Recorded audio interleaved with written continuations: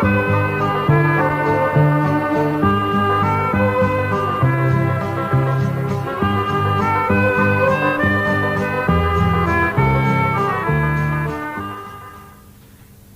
upon a time, in Western Australia, 100 years ago, a young man lived with his father in a cottage in a forest. The young man was called Midnite. At least, that's what I'm going to call him, because that's what he called himself later on, when he was famous. Midnite's mother had died when he was quite young, and he and his father lived all alone.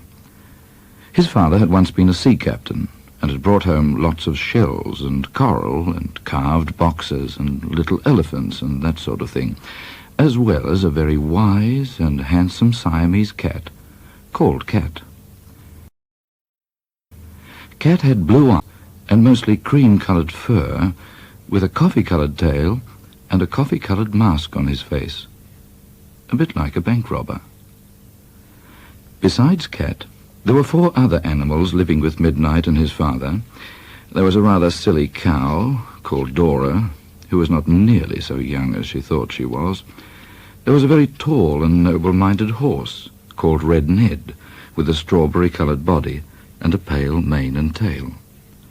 There was a cockatoo called Major, because he was a Major Mitchell cockatoo, which is hard to describe to anyone who has not seen a Major Mitchell cockatoo. But if you have seen what the clouds look like when the sun is coming up, then you can imagine the colour of Major's best feathers. Last of all, there was a young sheepdog called Jip, who was always laughing and frowning at the same time, because he was never sure whether he was doing the right thing. One day, Midnite's father became ill, and soon afterwards he died. It's sad to have to begin a story like this, but that is what happened, and this is a true story. So Midnite was left alone in the world with his 5 animals. This made him very sorry and lonely, and for a long time he did nothing except sit on the veranda all day, whittling sticks with his pocket knife and thinking sad thoughts. Sometimes a tear ran down his cheek, and when the young sheepdog Jip saw this, he cried out loud. Day after day, Midnite sat there, whittling sticks and forgetting to cook his dinner. One day, a voice said to him, "Don't you think it's dinner time?" "I'm not hungry," said Midnite. "Aren't you?" said the voice. "I am." Midnite went on whittling as if he'd not heard. But after a while he began to wonder who it was who'd spoken to him, for he was sure that he'd never known anyone with a Siamese accent. He looked round at Cat, who was sitting beside him. "Did you speak to me?" Midnite asked. "I did," said Cat. "I didn't know you could talk. You've never talked before." "There was nothing to talk about," Cat yawned. How peculiar. Midnite went on whittling, frowning with thought. This is the place to tell you some things about Midnite that make him different from most heroes in books. One of these things you may have guessed already. It is that Midnite was not very clever.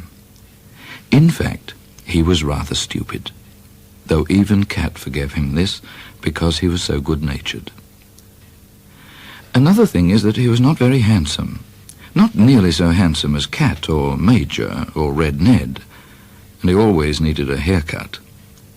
But he had nice blue eyes, white teeth, and a brown, smiling face. It's hard to decide whether to call him a young man or a boy, and he was not sure himself which he was, but he thought that he was probably a young man. He was 17, and had begun to use his father's razor, though to tell the truth, he had hardly any whiskers to shave off with it, and Cat used to laugh at him when he pretended Cat was a rather superior person and had splendid whiskers. Well, Midnite went on whittling and thinking, and Cat went on looking at him. After a while, Cat said, "You are sad."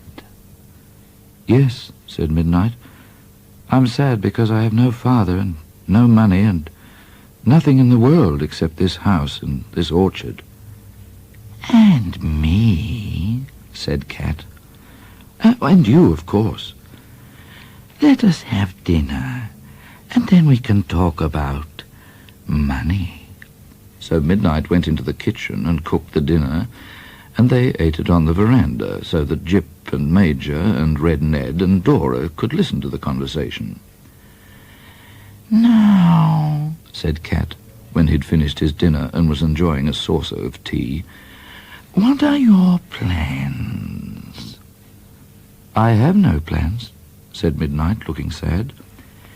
"If I were you, I should be a bushranger." "Would you really?" "I should call myself Captain Midnight, which is a fine name for a bushranger, but I should spell it Midnite. "Why?" asked Midnight. "Because that is more fierce and romantic. There's nothing romantic about good spelling." "Well, that is an interesting plan, but what does a bushranger do?" "He bushranges horses and cattle and sheep, and he holds up people's coaches and takes their money and their watches, or their lives. But money and watches are more usual." "If I bushrange horses and cattle and sheep, where am I to put them? People would come looking for them." "You must have a secret hideout, and I know the very place." "Oh, do you mean the Hidden Valley?" "Of course. Nobody knows how to find it except us." "Well, that's a very interesting plan." Midnight looked much happier. "When shall we start being bushrangers?" "Why not tomorrow? We can take all the pots and pans, things that we need, and we can live in the caves of the Hidden Valley quite comfortably." "Cat, you are a very wise and handsome cat, and you can sleep in my bed forever after, so long as you don't wash your face all night." "Thank you. That is exactly what I was going to do." The next day, Midnight saddled Red Ned and tied the pots and pans and food and blankets to the saddle, and they all set off for the Hidden Valley. The valley was like a great big paddock, and was a very secret place indeed. The steep rocky hills closed it in on 3 sides, and on the 4th side was a river, with red cliffs on the far bank of it. They were not cliffs of rock, but cliffs of red earth, and they looked very pretty when the sun shone on them. The only way into the valley was through a gap in the hills, so narrow that it only needed a gate across it to shut in the valley completely and make it like a fenced field. In the side of the hills were big caves with rather clever paintings on the walls, made by the black people long ago. When Midnight had come to the biggest and most comfortable of these caves, Cat said, "Let us stop here and make this cave our hideout." "Very well," said Midnight, and before long they had turned the cave into quite a nice sort of house. "Now," said Cat, "you must make a gate across the track into the Hidden Valley, so that when we've bushranged our horses and cattle and sheep, they will not be able to get out again." All day Midnight laboured building the gate, and when the sun was setting and the grass was glowing very green, and the cliffs across the river were glowing very red, the gate was finished.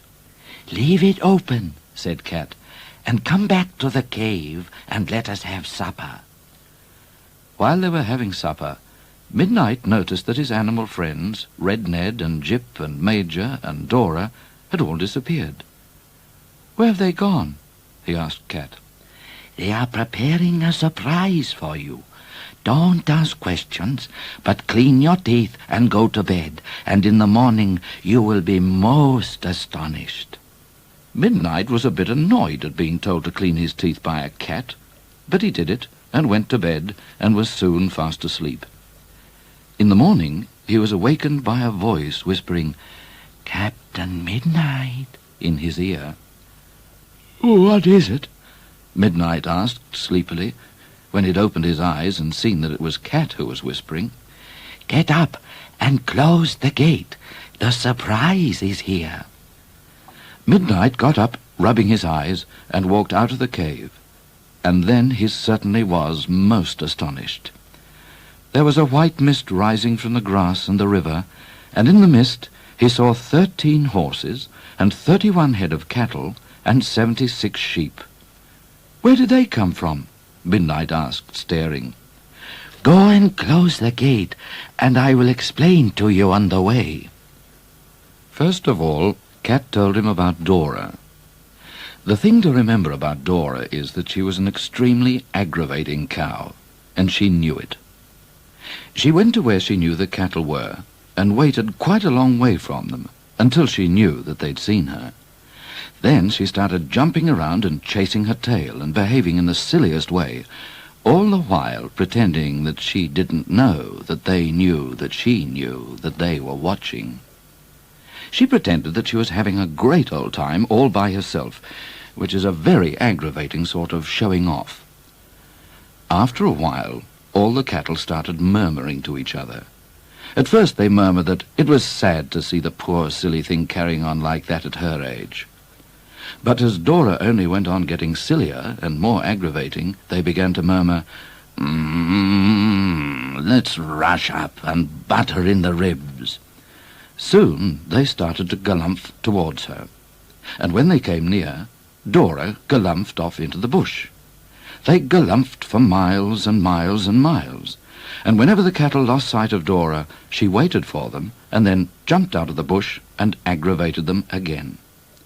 The cattle became so angry that they hardly knew where they were going, and at last they chased Dora right through the open gate into the hidden valley. Next, Cat told Midnight about Red Ned. The thing to remember about Red Ned is that he was a very tall and noble-minded horse, and when he went out to bush-range horses for Midnight, he did it in quite a different way from Dora. He went to the place where he knew the horses were, and he just stood there, looking noble. After a while, all the horses were so impressed and so curious that they couldn't eat or do anything except stare at Red Ned and wonder who he was. Bit by bit, they began to come closer to him, and as soon as they did, Red Ned walked on. They followed, and he walked, and they followed, until at last they came through the open gate into the hidden valley. Then Red Ned said a few noble-minded things to them, and they decided to stay in the hidden valley forever after. Thirdly, Cat told Midnight about Jip. The thing to remember about Jip is that he was always frowning and smiling at the same time, and looking worried and wondering whether he was doing the right thing. He looked like this because he was a sheepdog. All sheepdogs have this look, and if you've ever seen a dog rounding up 1 sheep or 2 sheep, you will know why. It's easier for a dog to drive 1 or 2 lions than 1 or 2 sheep, because at least lions have brains and some idea of where they want to go. A sheep is the stupidest animal in the world, and hardly an animal at all, more like a sort of walking cotton bush. However, when Jip went to bushrange sheep for Midnight, he bushranged 76 of them, and it is much easier to drive 76 sheep than 1 or 2. So he was able to bring them into the hidden valley without too much trouble, though of course, being sheep, they jumped over invisible objects all the way and behaved very childishly. All these things Cat explained to Midnight while they were walking to the gate and closing it. As they were going back to the cave, a fat white duck and 12 yellow ducklings came out of the grass and ran away from them. "I've been busy making plans for the others," said Cat modestly, "and I have only had time to bushrange one duck and her ducklings." "Oh," said Midnight in a thoughtful voice, "so everybody's been busy except Major and me." When Major heard Midnight say that, the crest on his head stood up with rage, and he screamed. The thing to remember about Major is that he was always flying into terrible rages. Perhaps he knew that when he was bad-tempered, he looked extremely handsome. For when his crest was standing up and his wings were flapping, he showed all his most beautiful feathers. "Major has been busy too," said Cat, and he led Midnight to the box where Major had hidden all the things that he'd bushranged. In the box were rings and watches and brooches and a silver christening mug and a great deal of money, as well as a few things that Major had bushranged for himself, such as buttons and clothes pegs and a piece of mirror and a picture of Queen Victoria in 5 colours. "I'm sorry, Major," said Midnight. "You have worked very hard." After making this apology, Midnight sat down in front of the cave and began to whittle a stick, with his hair falling in his eyes. "You're sad?" said Cat. "Not very. Just a little." "You ought not to be sad. You are a most successful bushranger." "Yes, but I've done nothing myself. It's all been done for me." Cat sat and thought, and after a while he began to purr. "What have you thought of?" asked Midnight. "We will hold up a coach and rob the passengers, and that will make you famous." "Will they write about me in the newspapers?" "I should think they would. I should think they would make up songs about you, too. People are always making up songs about bushrangers." "Perhaps they'll put me into a book." Midnight was growing excited. "I should not be surprised," said Cat, turning his wise blue eyes into wise blue slits as he tried to look into the future. "I think I see somebody 100 years from today sitting at a typewriter making up a book called Midnight." "What's a typewriter?" asked Midnight. "It is a machine for writing books. People living 100 years from today will be preposterously lazy." Even though Midnight was 17, he wasn't very clever, so it was just as well, when he first tried his hand at bushranging, that his Siamese cat went with him. One morning, His Honour Mr. Justice Pepper, or Judge Pepper as he was called for short, put on his long curly wig made of horsehair and his long robes, and packed his little hammer in his little suitcase, and got into a mail coach. Judge Pepper's job was to send people like bushrangers to the great grey jail by the sea, and the hammer was for banging on his bench with, to stop people from laughing in court. Judge Pepper was a fat, red-faced, shiny man with a fat, shiny watch and chain. He was very bad-tempered, and he was going in the coach to a country town to sentence a few people to spend years and years in prison. There was another person in the coach with Judge Pepper, and his name was Trooper O'Grady. It's not easy to describe Trooper O'Grady. He was a rather tall, thin man with the sort of face that got lines on it when he laughed, and he laughed a lot. He was a very popular man, and even Judge Pepper didn't hate him, although he was quite young for a grown-up, only 24, and Judge Pepper usually did hate young people. Judge Pepper said that he was very polite, which was true, but there were other things about Trooper O'Grady that the judge had not thought of. A trooper is a kind of policeman who usually rides a horse, and what the judge had never considered is that a policeman who is always mixing with people who steal and that sort of thing might come to learn bad habits from them. There was another thing, too, that the judge had never considered, and that is that a young man who had already learned bad habits might feel safer if he became a policeman. The coach rattled away through the town, and Judge Pepper made a joke now and then, and Trooper O'Grady laughed heartily, which showed what a polite young man he was. When they came to the hills, Trooper O'Grady got out and walked to make the coach lighter for the horses. As he walked along, he talked and made jokes with the driver, and the driver said to himself, "What a nice chap."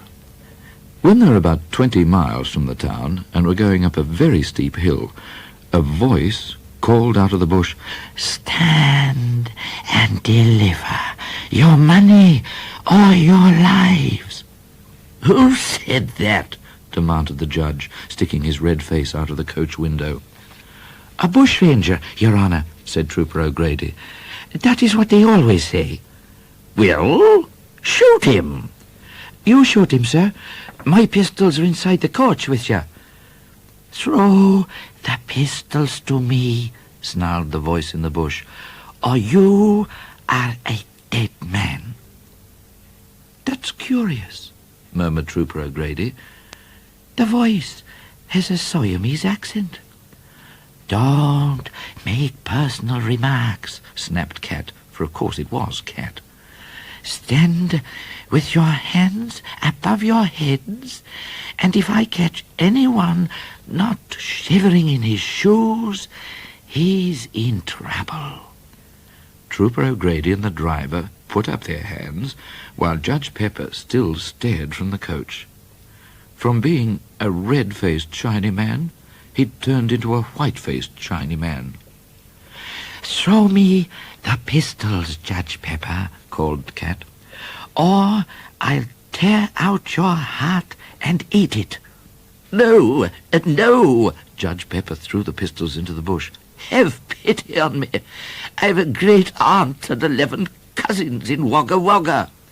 "Let them beware," said Cat, with a blood-curdling laugh. "Now, Judge Pepper, get out of the coach and stand beside Trooper O'Grady with your hands up." The judge got out as he was told, though his knees were shaking so much that he could hardly walk, and he stood in line with Trooper O'Grady and the driver. "Our leader is coming to rob you," said Cat. "If any one of you moves, he is a dead man." "You've already said that," remarked Trooper O'Grady. "Keep a civil tongue in your head, O'Grady," snarled Cat, "or I will nail it to a tree." Suddenly there was a thunderous crash, and out of the thick bush bounded a tall and noble-minded horse, with a long-legged bushranger on his back. The bushranger dismounted and strode towards Judge Pepper. He had a red handkerchief over his face, hiding everything except his blue eyes, and he held one of Trooper O'Grady's pistols in his right hand. Your money or your life?" he asked Judge Pepper, rather shyly. "Oh, my money, of course," said the judge, shaking from head to foot. "Give me your purse, then," said the bushranger. "And your watch and chain," called Cat from the bush. "Oh, and your watch and chain," repeated the bushranger, going red in the tops of his ears. The judge pulled out his fat purse and his fat watch and gave them to the bushranger, who put them carefully in the pocket of his coat. The driver, meanwhile, had been counting the loose change that he kept in his trousers pocket, and he said to the bushranger, 4 and 2pence. That any use to you, mate?" "Oh, no," said the bushranger, embarrassed. "No, you keep it." "Well, you can have it, mate, if you need it. I wouldn't want to leave you short." "Hold your tongue," Cat called to the driver, "or we'll cut your head off and send it to your mother." "Well, if that's the way you feel about it, mate," said the driver, shrugging his shoulders. "Your Siamese Confederate is very fierce," remarked Trooper O'Grady. "Oh, he's not really," said the bushranger. "He's rather warm and cuddly usually." "Are there many foreigners in your gang?" asked the trooper. "There are 72 of us," Cat called out, "and we come from all the countries of the world." And you're the leader, said Trooper O'Grady to the bushranger. May I ask your name, so that I can tell the newspapers? Certainly. My name is Captain Midnite. What a dreadful name, said the judge with a shiver of terror. You're rather young to be a bushranger, observed Trooper O'Grady. I'm 17, said Midnite modestly. 17? Now that is most amazing. You'll go far. Too far for you to find me. At that, Trooper O'Grady laughed aloud, crinkling up his face. What a chap you are, he said admiringly. Midnite blushed under his handkerchief, he was so pleased. Trooper O'Grady was such a nice chap, and just the sort of person Midnite would have liked for his best friend. I'm pretty desperate, he boasted, going red again in the tops of his ears. I'm a plain man, said Trooper O'Grady, and when I like someone, I say so. You're an upstanding, manly young fella, Midnite, and I like you. Will you let me whisper something as man to man and friend to friend in your ear? It's a word of advice that I wouldn't wish the judge to hear. The trooper bent his head and whispered in Midnite's ear. At the same time, he put his arm around Midnite in the friendliest way. Captain Midnite, sir, Cat called. It's time to go. We shall be late for all our bank robberies. Midnite bowed to the judge, and in one leap sprang to the saddle. Goodbye, he cried, waving his hat to the trooper, and with that he pranced away into the bush, looking extremely bold and dashing. What a vile desperado, snarled Judge Pepper, gnashing his false teeth and shaking his fist after Midnite. What a charming idiot, murmured Trooper O'Grady, smiling and smiling. Red Ned galloped and pranced and galloped until he reached the secret rendezvous where they were to meet Cat and Jip and Major. There, Midnite dismounted and lay down to wait in the warm, soft grass. When Cat arrived, he was so angry that he looked a different cat. His coffee-coloured tail was lashing back and forth like a whip, and his blue eyes were round and glaring. What's the matter, Cat? Asked Midnite. You are the matter. You have no more sense than Dora. But what have I done? Why didn't you rob O'Grady? He was such a nice chap. And you let him put his arm around you. And in another second, if I had not called out, he would have seized the pistol and arrested you. Cat, you don't know what a nice fellow he is, said Midnite. He was giving me some advice. What advice? He said, beware of pickpockets. What?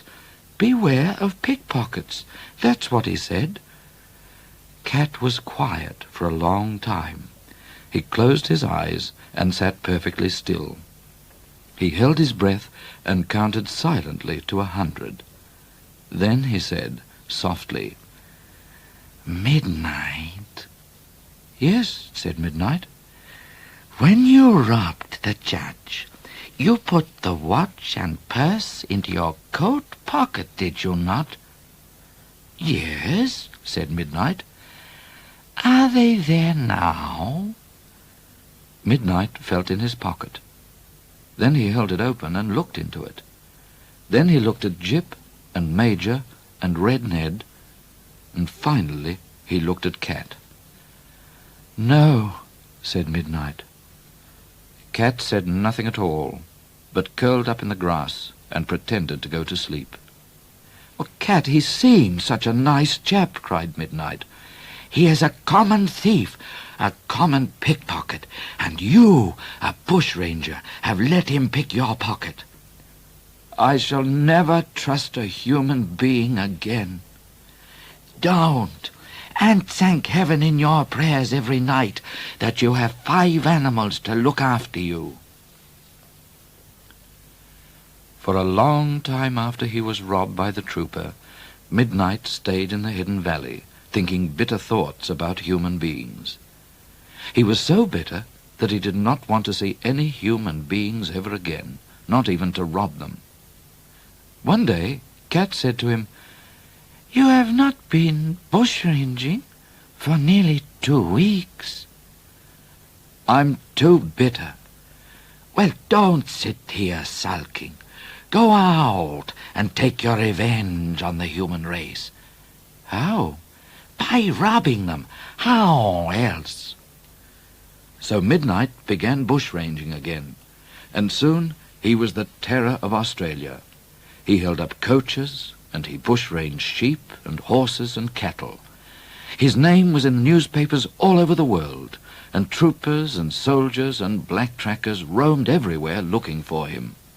But though they searched everywhere, they never found a sign of him. Time went by, and Midnight grew more and more famous. Judges and troopers were furious with him. Ladies were falling in love with him.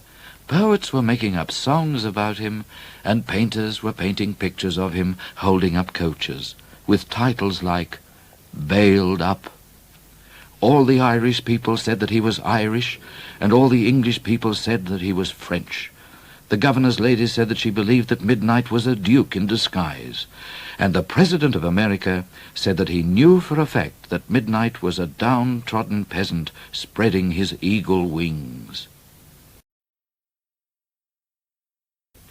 Here's a story to show you how famous Midnight was. One day, in the Hidden Valley, Cat said to Midnight, "There is no more jam." "The best jam in the colony is made by Mrs. Chiffle." "I shall go to her house and bushrange some," said Midnight. That night he rode to Mrs. Chiffle's gate and left Red Ned in the bush. He crept up like a shadow and forced the lock of the pantry door. The house was dark, and Mrs. Chiffle, who was a widow and lived all alone, was in bed. Midnight struck a match and began to pack Mrs. Chiffle's jam into his saddlebag. "Sss," whispered Cat, who was keeping watch. "Someone is coming with a candle." In a flash, Cat had hidden himself, but it was too late for Midnight. He had only time to pull up his handkerchief over his face before Mrs. Chiffle came in with a light. Mrs. Chiffle looked at Midnight's handkerchief, and she knew straight away who he was. But instead of screaming, she said, "Oh, Captain Midnight!" "Ma'am," said Midnight, bowing politely. "Quick, hide under my bed. There is not a moment to lose. The troopers are coming." Mrs. Chiffle ran into her bedroom, and Midnight ran after her and slipped swift as a snake under her bed. Then Mrs. Chiffle got between the sheets and blew out the candle and went to sleep. Mrs. Chiffle was a restless sleeper, and every time she turned over, the bed went whump and woke Midnight up, so that he had a very bad night. Several times during the night, Cat came in and whispered that there was not a sign of troopers for miles around. But Midnight thought that it was best to stay where he was and trust Mrs. Chiffle. At last, towards daybreak, he fell into a sound sleep. He was wakened by Mrs. Chiffle, all fresh and smiling, and saying, "Captain Midnight, your breakfast is ready." Midnight was very tired and stiff, but Mrs. Chiffle cooked the best breakfast in the colony, and he soon cheered up again. As he was drinking his coffee, holding up his handkerchief with one hand so that he could get to his mouth, Mrs. Chiffle said, "Captain Midnight, please to write in my visitor's book." "Your visitor's book, ma'am?" Midnight was surprised. "My visitor's book," said Mrs. Chiffle, putting a large book in front of him and giving him pen and ink. So Midnight wrote in the book as follows: Date, 6th of the 6th, 66. Name, Captain Midnight. Address, The Secret Hideout, W.A. Remarks, the underneath of Mrs. Chiffle's bed is remarkably free from dust and fluffy stuff. When she read what Midnight had written, Mrs. Chiffle smiled and then blushed and said, "Captain Midnight, I have something to confess to you." "Yes, ma'am." "There were no troopers here last night. I told you a story." "But why, ma'am?" asked Midnight, wrinkling his forehead. It has been my lifelong ambition to hide a bushranger under my bed." "Oh." Midnight was not very pleased. "Then I wish you'd been satisfied, ma'am, to hide a bushranger under your bed for 10 minutes instead of for 10 hours. "Forgive me, Captain Midnight." "I forgive you," said Midnight, who had enjoyed his breakfast, "but I'm not going to give you back your jam." After that, he shook hands politely with Mrs. Chiffle and went off into the bush with his saddlebag full of jam, which he fastened securely to Red Ned's back, and the gang dashingly galloped away to the hidden valley. By the time Midnight had held up a mail coach and bush-ranged some jam from Mrs. Chiffle, he was known as the Terror of Australia, and his name was in newspapers all over the world. One afternoon, when Queen Victoria was playing croquet in the gardens of one of her palaces with the Prince of Wales and the Prime Minister and the Poet Laureate, she suddenly stopped playing and looked thoughtful. It's hard to tell whether she was losing because she was thoughtful, or whether she became thoughtful because she was losing and wanted to change the subject. At any rate, the Queen stopped and said, "What is the news of Midnight?" "Nothing new, Mamma," said the Prince of Wales. "He's ravaging and pillaging the colony, quite as usual." The Poet Laureate, who was poetic, began to say something about Robin Hood. "Stuff and nonsense," said the Queen. "There will be no Robin Hoods in our reign." The Prime Minister, a very smooth person, murmured, "I agree with Her Majesty. This ruffian must be abolished." "Is he a ruffian?" asked the Prince of Wales. "He is said by Mrs. Chiffle to be most polite." "A preposterous woman," said the Queen crossly, taking off her crown and mopping her brow with a priceless handkerchief. "We are hot and disagreeable, and we shall go and sit in the shade." And she walked away towards a small throne under an immemorial elm tree, taking by surprise the 3 little Maharajas, who held up the train of her robes when she played games, so that they were dragged along behind. The visitors sat down in the grass and watched as the Queen's giant Nubian slaves fanned her with peacock feathers. When the Queen looked cooler, the Prince of Wales remarked, "Mamma, I think you're being unjust to Midnight. He's only young, after all." "And very romantic," said the Poet Laureate. "And you, sir," said the Queen to the Prince, "are also young. And you, sir," she added to the Poet Laureate, "are also romantic, and for these reasons Captain Midnight, we suppose, should be forgiven." "Ho, ho, ho," laughed the Prime Minister like a waterfall of brilliantine. "Your Majesty is very quick." "Dear Prime Minister," said the Queen fondly, "what is your opinion of Midnight?" "He is a danger to property, ma'am. He is a revolutionary. The very money in the Bank of England grows nervous and pale when he's spoken of. Abolish him, ma'am." "So we shall," said the Queen with a stern glance. "Poet Laureate, ring the bell for the Postmaster General. We are going to write a letter." The Queen wrote the letter, and the Postmaster General posted it, and it went away on a beautiful sailing ship called a wool clipper in the direction of the Indian Ocean. After many storms and shipwrecks and mutinies and murders of captains by cannibals on desert islands, the ship arrived at the coast of Western Australia, and the one sailor who had not died of scurvy on the voyage ran with all speed to Government House. The governor was walking in the garden near the river, wearing a hat with ostrich feathers on it and a gold sword. "What is it?" he asked the ragged and unhealthy-looking sailor as he languidly took a pinch of snuff. "A letter from Her Majesty," said the sailor, and with a loyal smile he dropped dead. The governor read the Queen's letter and turned pale as he read. This is what it said. "The Tower of London, 4th of July, 1866.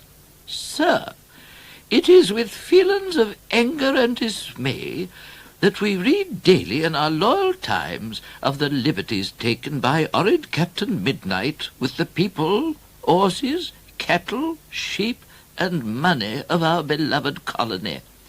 It is our will and pleasure that Midnight be abolished on receipt of our letter. If this is not done, we shall have no choice but to withdraw our patronage. Yours, etc., Victoria R. Heavens, groaned the governor as he paced back and forth. I shall lose my house and my job and all because of Midnight. Just then he saw a long, thin, smiling man walking towards him. The man stopped and saluted very politely, and the governor said to himself, What a nice-looking chap. Trooper O'Grady, Your Excellency, said the man, at your service. I am delighted to see you, said the governor. I have just had a threatening letter from the Queen. Oh, how did it leave Her Majesty? Very cross, said the governor. Her Majesty insists that Midnight be abolished immediately. The trooper sucked in his cheeks and gave a low whistle. It will not be easy, he said, shaking his head. It is impossible, sighed the governor. The man is a demon, a mastermind. I think you will soon have a new governor, Trooper O'Grady. Your Excellency, said Trooper O'Grady with his nicest smile, be a man, sir. Don't give way to despair, sir. With skill and courage, even Midnight himself can be outwitted. Do you think so? Exclaimed the governor eagerly. Thank you for those bold words, Trooper O'Grady. Your Excellency, the trooper took off his hat in an important manner. I will swear an oath here in your presence. Until Midnight is captured, I shall not rest. I'll be like the bloodhound, sir. I'll be like the hawk, sir. That man will be captured, sir, or my name is not O'Grady. The governor, who did not know that O'Grady's name was really Murphy, cheered up tremendously at this fighting speech and cried, Spoken like a man. Shake hands, O'Grady. Thank you, sir, said O'Grady, wringing the governor's hand most heartily. I shall leave today, sir. You will hear good news from me before long. Good luck and Godspeed, said the governor, shaking hands again. The best wishes of the Empire go with you. Then O'Grady bowed, put on his hat, and went away with a firm step to have a glass of beer, leaving the governor staring at his right hand and wondering what had become of the ring that was usually on it. One day, Midnight sent Jip to Mrs. Chiffle's house to borrow a cup of sugar, and when Jip came back, he had a letter in his collar. Midnight opened it, and this is what he read. Mrs. Chiffle requests the pleasure of Captain Midnight's company at dinner on Friday, the 13th of October at 5 o'clock. Midnight had never been out to dinner, and he was rather curious to know what a dinner party was like. But at the same time, he saw that it might be dangerous. After talking over the matter with Cat, he wrote the following reply. Captain Midnight has much pleasure in accepting Mrs. Chiffle's invitation for October the 13th, but begs to inform Mrs. Chiffle that if this is a trap, then Captain Midnight's ferocious Siamese confederate will boil Mrs. Chiffle in oil and send her skeleton to the museum. Midnight gave this letter to Major, who flew away with it to Mrs. Chiffle.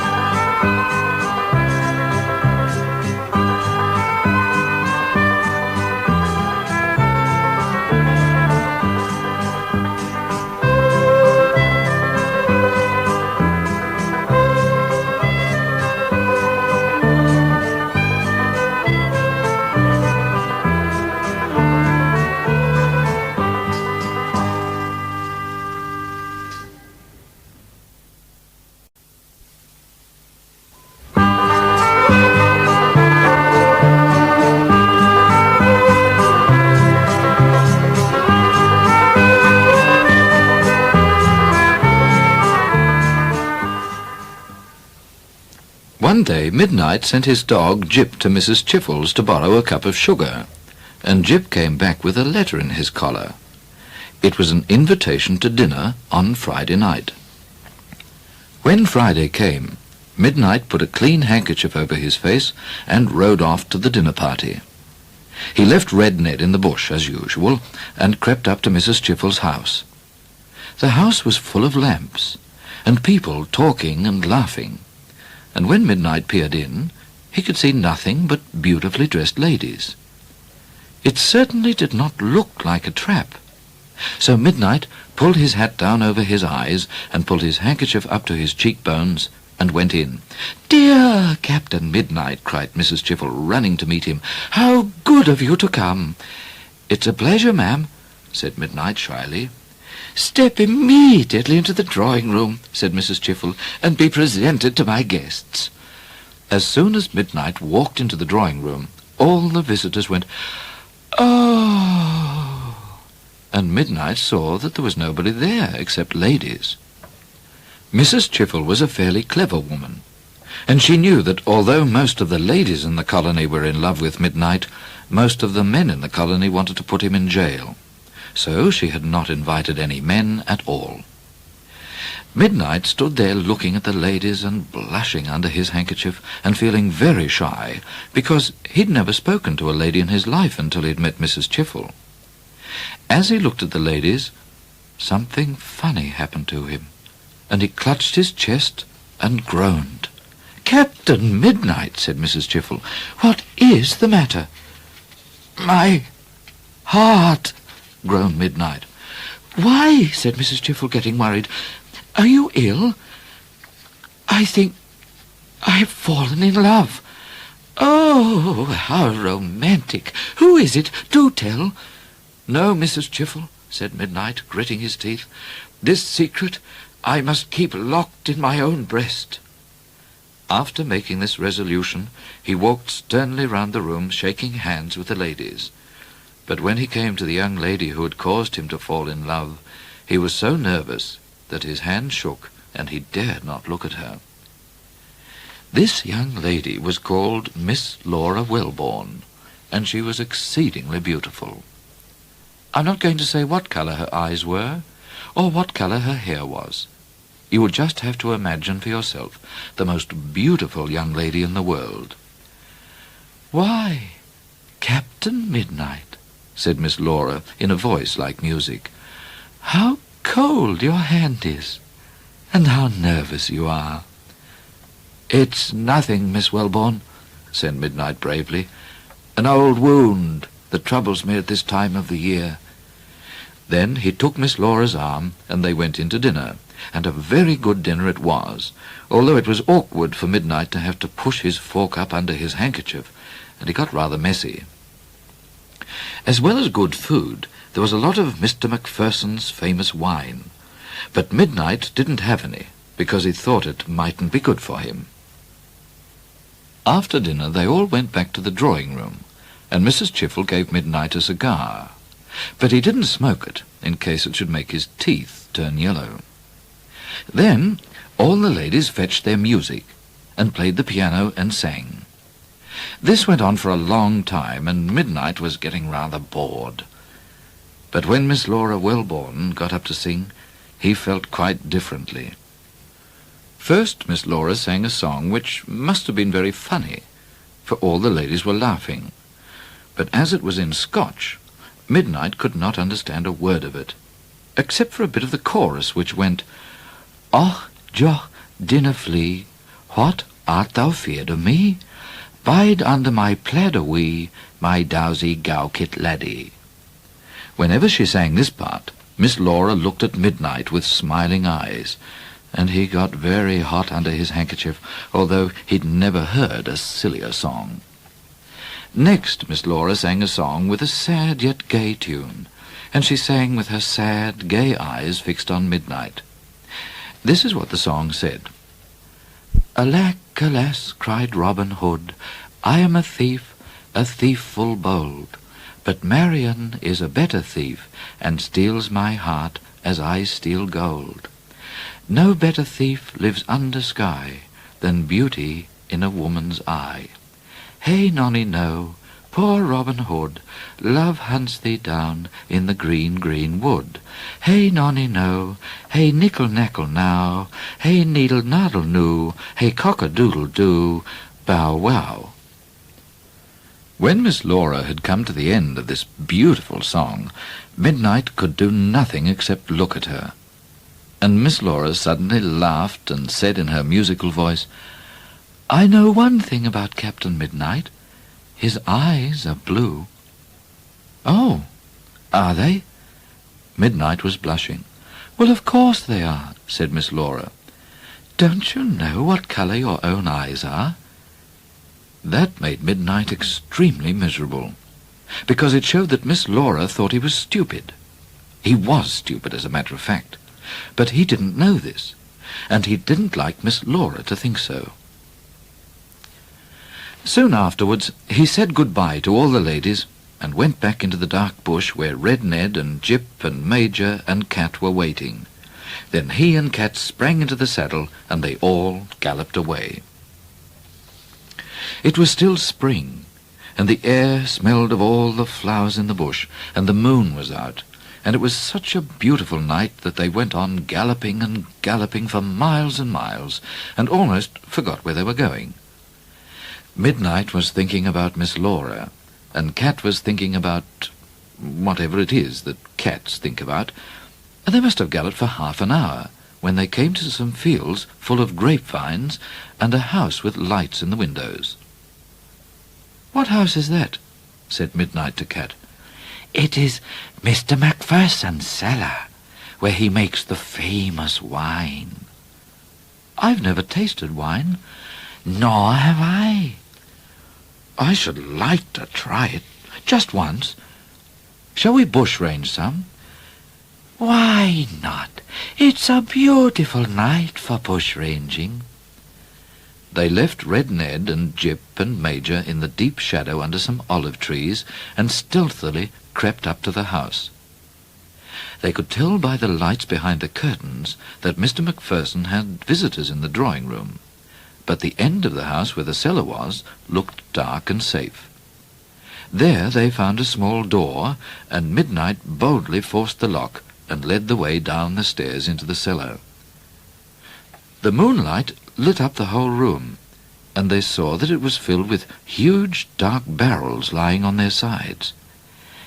"Every one of them is full of wine," whispered Cat. There were a lot of funny-shaped glasses on a table, and Midnight took one and went to a barrel which had a sort of tap on it, and filled the glass to the brim. "What is it like?" asked Cat. "It's hard to describe." Midnight was tasting the wine. "It's rather sweet, and when you swallow it, you feel warm." "Let me taste it." Midnight searched around until he found a little basin, and filled it with wine and set it on the floor for Cat. When he had tried it, Cat said, "It is unusual." "Do you like it?" "I love it," said Cat, and went on lapping up the wine as fast as he could go. What Midnight and Cat did not remember was that wine and such things have a kind of poison in them, which gets into people's heads and makes them silly, so that they cannot think or talk properly. This is called getting drunk. After Midnight had swallowed 10 glasses of wine, and Cat had lapped up 3 basinfuls, this is how they were talking. Midnight said, "I'm in love, Cat, with a beautiful angel called Miss Laura Wellborn." "That's nothing," scoffed Cat. "I have been in love 9 times. You are a darn liar. Did you call me a darn liar?" "Yes, I did." "If you were not so stupid, you would know that it is dangerous to call me a liar." "Why?" "Because I might cut you up in little pieces and post you in a brown paper parcel to a false address. You do not know how to post a parcel. If you ever call me a liar again, I will learn." Midnight did not know what to say to that, so he filled his glass and Cat's basin, and they were quiet for a while. "What does it feel like," Cat asked in a more friendly voice, "being in love with Miss Laura Wellborn?" "It makes me cry." Midnight burst into tears. "Then why be in love with her, if it makes such a donkey of you?" "You have no heart, Cat," said Midnight, sniffing. "That is not true. I have a heart and a brain as well." "I'm awfully miserable." "Why?" "I think Miss Wellborn thinks I'm stupid." "She had better not think that. Nobody is allowed to think you're stupid except me." "Thank you, Cat," said Midnight, stroking Cat's fur. "You're a good friend." "I am the best friend you have, Midnight," said Cat, purring. They had another glass and another basin of wine, and then Cat started running around in circles and jumping in the air, calling, "Whee! Look! I can fly! I can fly round, round, round, round, like Major. You fly too, Midnight." Midnight tried to fly, but he was too heavy. "It's no good," he said, laughing. "Cat, you can't talk properly." "You can't talk properly too." "Can't I, though?" "It's funny." "It's funny," agreed Cat, giggling. "What's the matter?" "You're drunk." "Drunk?" "Wine makes people drunk. I forgot." "Wine makes cats drunk too." "Am I drunk?" "Yes," cried Midnight with a shout of laughter. "You're drunk as a skunk, and so am I." They laughed and laughed and laughed until they choked on their wine. Then there came a sudden sound at the door that led from the cellar to the house, and they stopped laughing. "Quick, hide!" whispered Cat, staggering behind a barrel. But it was too late for Midnight. The door opened, and there stood Mr. Macpherson with a lantern. "Midnight!" exclaimed Mr. Macpherson. "Yes?" Midnight started to laugh again. "I'm drunk, Mr. Macpherson." "Trooper O'Grady!" called Mr. Macpherson into the house behind him. "Yes?" called Trooper O'Grady's voice, coming nearer. "What's the matter?" "Trooper O'Grady's drunk too," giggled Midnight. "So he ought to be," said Mr. Macpherson sternly. "He's drunk 6 bottles of my famous wine." Trooper O'Grady came to the door at the top of the stairs and stood there beside Mr. Macpherson, smiling all over his face. "Hello, Midnight. How are you?" "I'm happy. How are you?" "Come up here. Start down there." "All right," said Midnight, beginning to climb the stairs and falling all over the place. "Careful," said O'Grady, laughing. "Don't laugh," said Midnight, laughing too. "It's not funny. What a chap you are. Here, grab my hand." So Midnight grabbed the trooper's hand, and the trooper hauled him up the stairs to the top. By that time, they were laughing fit to bust. "What's funny?" asked Midnight.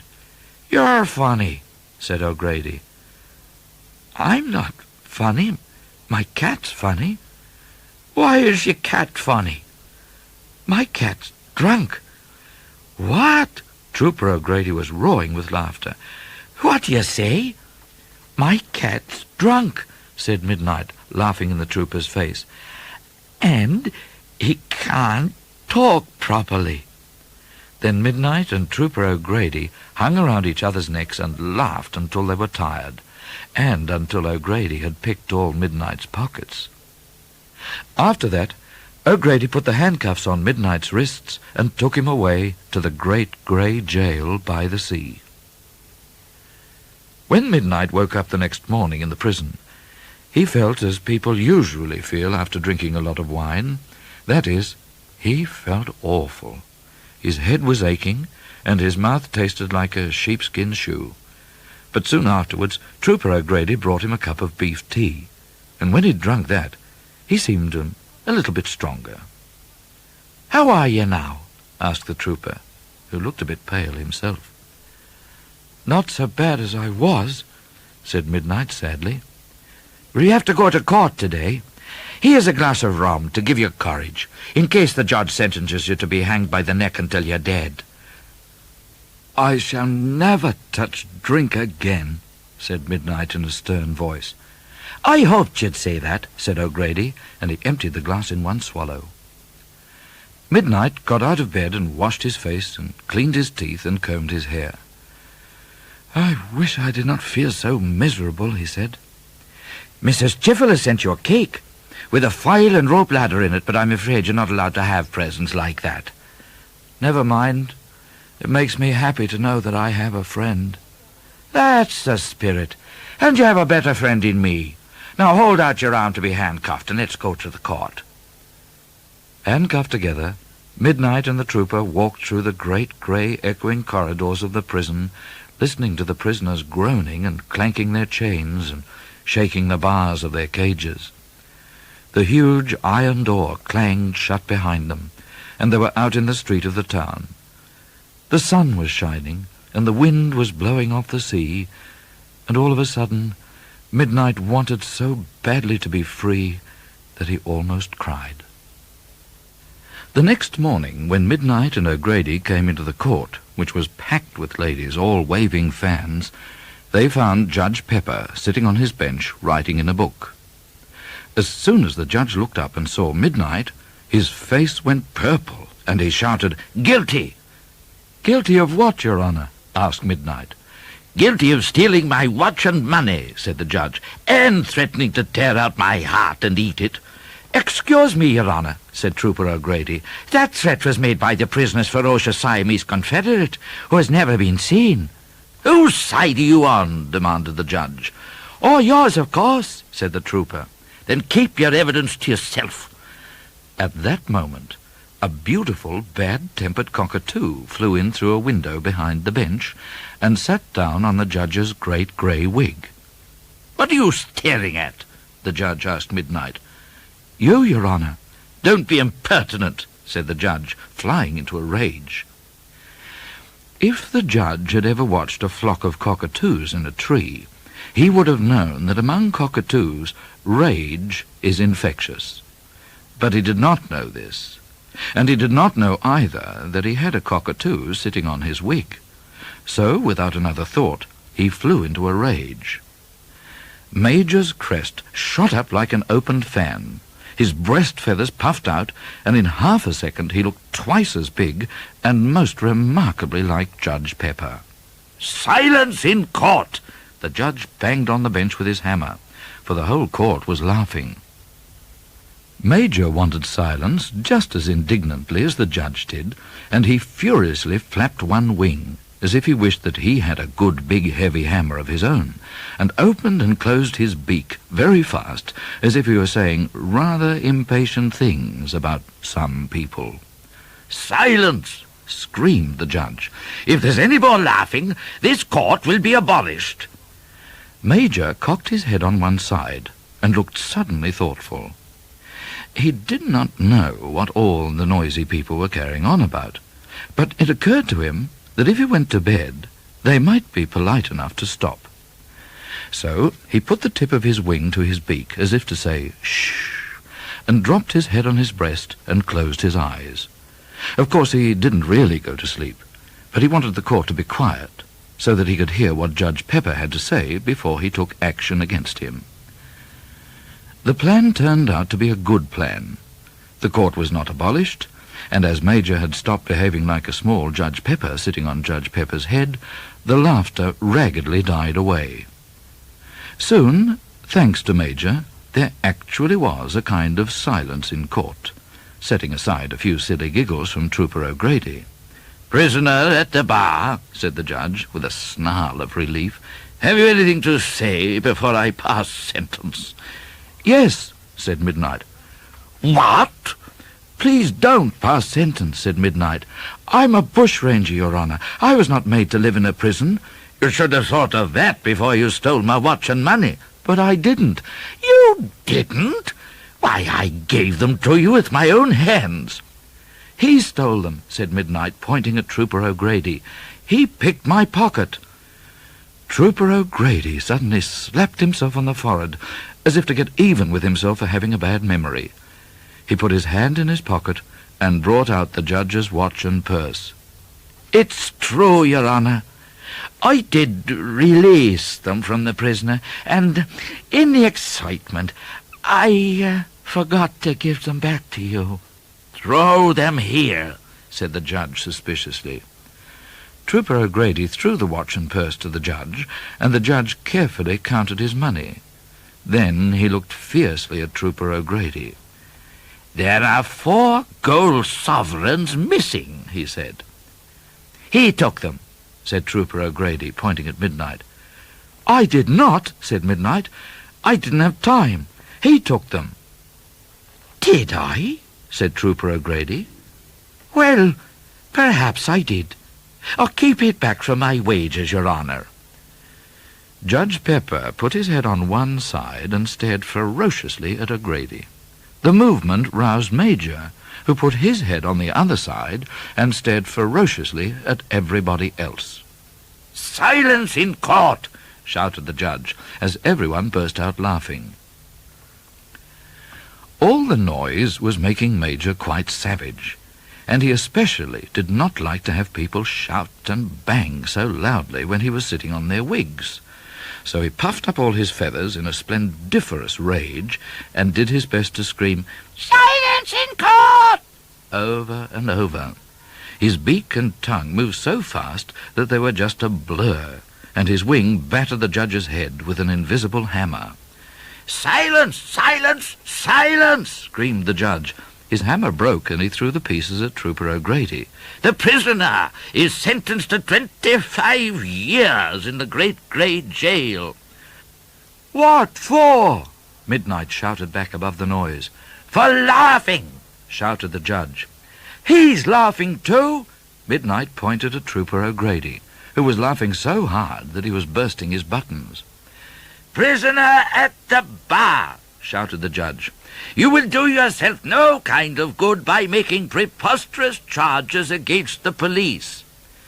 "He's my best human friend. I want him to be in jail with me," shouted Midnite. "Out of the question! Judges do not send troopers to jail. If you behave yourself, Trooper O'Grady can come and visit you on Sundays." "I don't think I'll be in jail next Sunday." What? What's that you say? Not in jail next Sunday? You will be in jail for the next 1,300 Sundays. Take him away." When the judge said that, Major shot up his crest, puffed out his feathers, flapped his wings, and with a tremendous shriek flew out of the window, clutching the judge's wig in his claws. It was never found again. Major dropped it in the river, where it was swallowed by a shark, who carried it away inside him to the Red Sea. Trooper O'Grady and Midnite went back to the Great Grey Jail, handcuffed together, and when they came to Midnite's cell, the trooper took off the handcuffs and said goodbye. "I'll visit you on Sunday," said O'Grady, shaking hands. "I don't think I shall be in jail on Sunday," said Midnite. "Well, I'll come and see, and if you're not, I'll leave a message." Then O'Grady went away with a regretful face to play billiards, while Midnite sat down on his bed to wait for his supper. Soon it was dark outside, and the warder came to Midnite's door with the evening meal. First the warder undid the chains that fastened the door, then he undid the 3 bars across it, then he unlocked the door with a great grinding key and gave Midnite a knife and fork and some bread and water. After that the warder locked everything up again and clip-clopped away down the echoing corridors. Midnite sat down on his bed and ate and drank the bread and water. As he was swallowing the last crumb, he heard a sound on the window-sill, and when he looked up, he saw Cat peering through the bars. Cat looked awfully sick. "Cat, you do look awfully sick," said Midnite. "It is the wine," said Cat in a tired voice. "I shall be all right in a day or 2. "I will never touch drink again," said Midnite. "Nor will I. It is a kind of poison."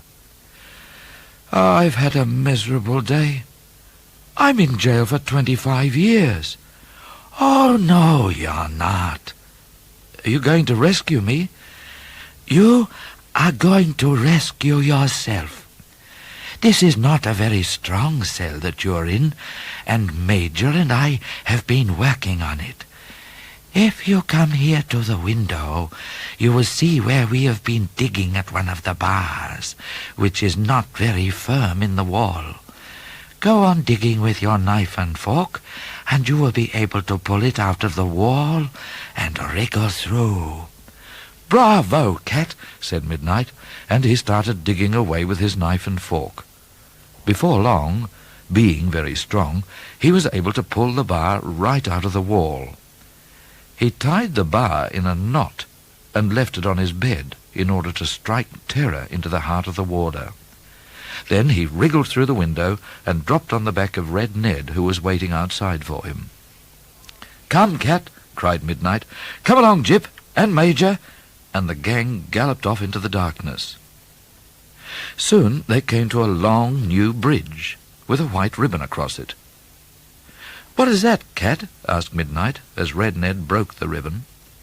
"It is to show that the bridge is new. The governor was going to cut the ribbon with some gold scissors and declare it open tomorrow." "Oh, you think we should be riding on it?" "No, but it is a great honor." And so they galloped on. They galloped and galloped all night, and Midnite was so happy to be free again that he cheered and sang all the way. At last the beautiful sunrise shone over the bush, and they found themselves in Midnite's orchard, where the fruit trees were covered in pink and white blossom, and the butcher birds were warbling in the tall forest. Red Ned was so tired by that time that Midnite decided not to go to the hidden valley until the next day. And so, after feeding the animals, he cooked a hearty breakfast for himself. And then, in the room where he'd slept ever since he was a little boy, and still listening to the birds in the forest at their morning song, he fell into a deep and happy sleep. While Midnite was sleeping in the house in the orchard, Dora the cow was taking a thoughtful walk in the bush outside the hidden valley. Dora had learned to open and close Midnite's gate, and she often went off for a stroll by herself to show the other cattle that she was superior. But on this day, Dora was out walking with a special purpose. Midnite and the rest of the gang had not been home to the hideout for 2 nights, and Dora was exceedingly worried about them. So she wandered and wandered and pondered, and hoped that somewhere she might find their tracks and be able to follow them. As she walked through the beautiful, misty, sweet-smelling bush, Dora found that her worries were fading away, and that she grew happier and happier.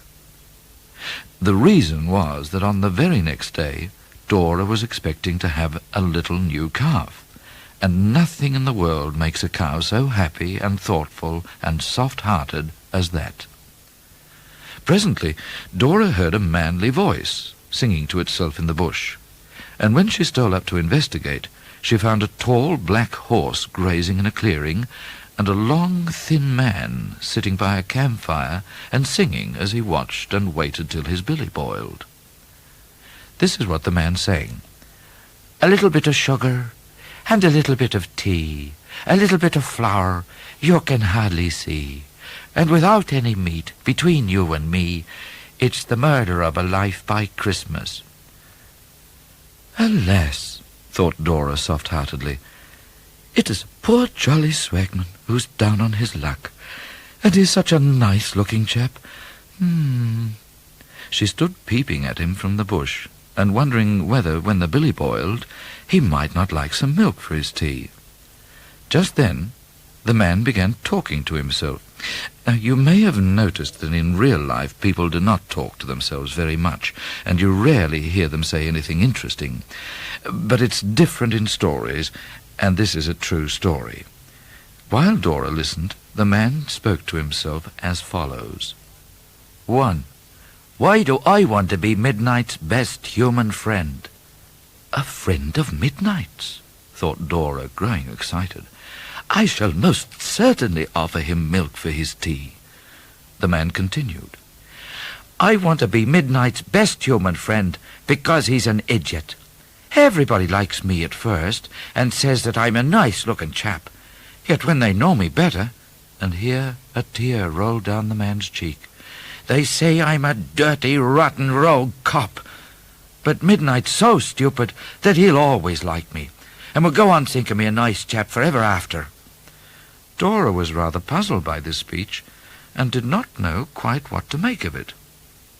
If she'd been a more experienced cow, she would have known from the man's clothes that he was not a jolly swagman at all, but a trooper. But Dora had never seen a trooper before, and so she had to wait for the man to explain himself. The trooper continued. 2. Why do I want to keep Midnite in the great grey jail? What? Thought Dora, pricking up her ears. Why, this must be the man I've heard them speak of. This must be Trooper O'Grady. And in a second or two, Dora had changed from a soft-hearted cow to a cow so ferocious she could hardly keep herself from bellowing like a wild bull. O'Grady went on. A. I want to keep Midnite in the great grey jail because then I shall always know where he is. And it's no use having a best friend if you never know where to find him. B. I want to keep Midnite in the great grey jail because then the Queen and the Governor will be pleased with me and will give me medals and will promote me from a pickpocket to a misappropriator. C. I want to keep Midnite in the great grey jail so that I can continue to do what I'm doing today, which is to search for his secret hideout in order to bushrange all his plunder. This was too much for Dora, and with a thunderous bellow she came crashing out of the bush and galumphing across the clearing with her head down and her sharp horns aimed at O'Grady. When O'Grady saw what he thought was a wild yellow bull galumphing towards him, he sprang to his feet, uttering one shriek, and ran up a tree with the speed of a lizard. The consequence was that Dora crashed full tilt into the tree trunk, which did not improve her temper at all, and for some minutes she stood there shaking her head and muttering the most terrible mutterings. It happened that the tree Trooper O'Grady had run up was a very young gum tree, of the kind that bends if you put too much weight on it, and for this reason Trooper O'Grady had not been able to climb far enough to get his legs out of Dora's reach. As Dora looked at Trooper O'Grady's legs, and Trooper O'Grady looked down over his shoulder at Dora, they both remembered a rather awful story that they had heard from their mothers. This story was about a man who had run up a tree to get away from a bull and had not been able to get his legs out of range of the bull's tongue. What the bull had done was to lick and lick at the man's legs with his rough tongue until the legs were all licked away. Dora and Trooper O'Grady considered this story in their different ways for several minutes. Then, with a faint blush and a few flicks of her horns, Dora tore off Trooper O'Grady's trousers and began to lick his legs. Trooper O'Grady gave the most hysterical shriek that has ever been heard from a trooper, and he flew to the top of the tree like a bird. But the tree, as I've said, was a springy sort of tree, and with the weight of O'Grady near the crown of it, it began slowly and gracefully to bow towards the ground. "Jolly good," thought Dora, and as the tree-top came within her reach, she seized some branches between her teeth and pulled with all her weight. Then, when she'd stretched the tree hard and tight, she jumped back and let go. Like an arrow shot from a bow, Trooper O'Grady sailed across the clearing and landed in a prickly bush. "Mm-hmm!" bellowed Dora, galumphing towards him. "Help!" shrieked O'Grady, and without a look behind he sped away. So great was O'Grady's speed that his horse had quite a job to catch up with him. It was not until he was a mile or more from Dora that the trooper began to feel safe again. Then, after pausing to make a few repairs to himself, he sadly and painfully climbed back in the saddle and rode off to seek sympathy and trousers. 2 hours later, dressed in a saddlecloth and with bald patches on his legs where Dora had licked him, O'Grady arrived at Mrs. Chiffle's house, intending to ask the good lady whether the late Mr. Chiffle had left any unmentionable menswear behind. What was his astonishment when Mrs. Chiffle, at first sight of him, rushed from the house, waving her arms above her head in a defiant and exulting manner, and cried, "Rhubarb to you, Trooper O'Grady! Captain Midnite has ridden again!" At midday, Midnite rose from his bed in the cottage in the orchard and set to work to make himself new sheepskin shoes, for his old ones had been forfeited to the crown, which is a polite way of saying that the Queen had bushranged them from him.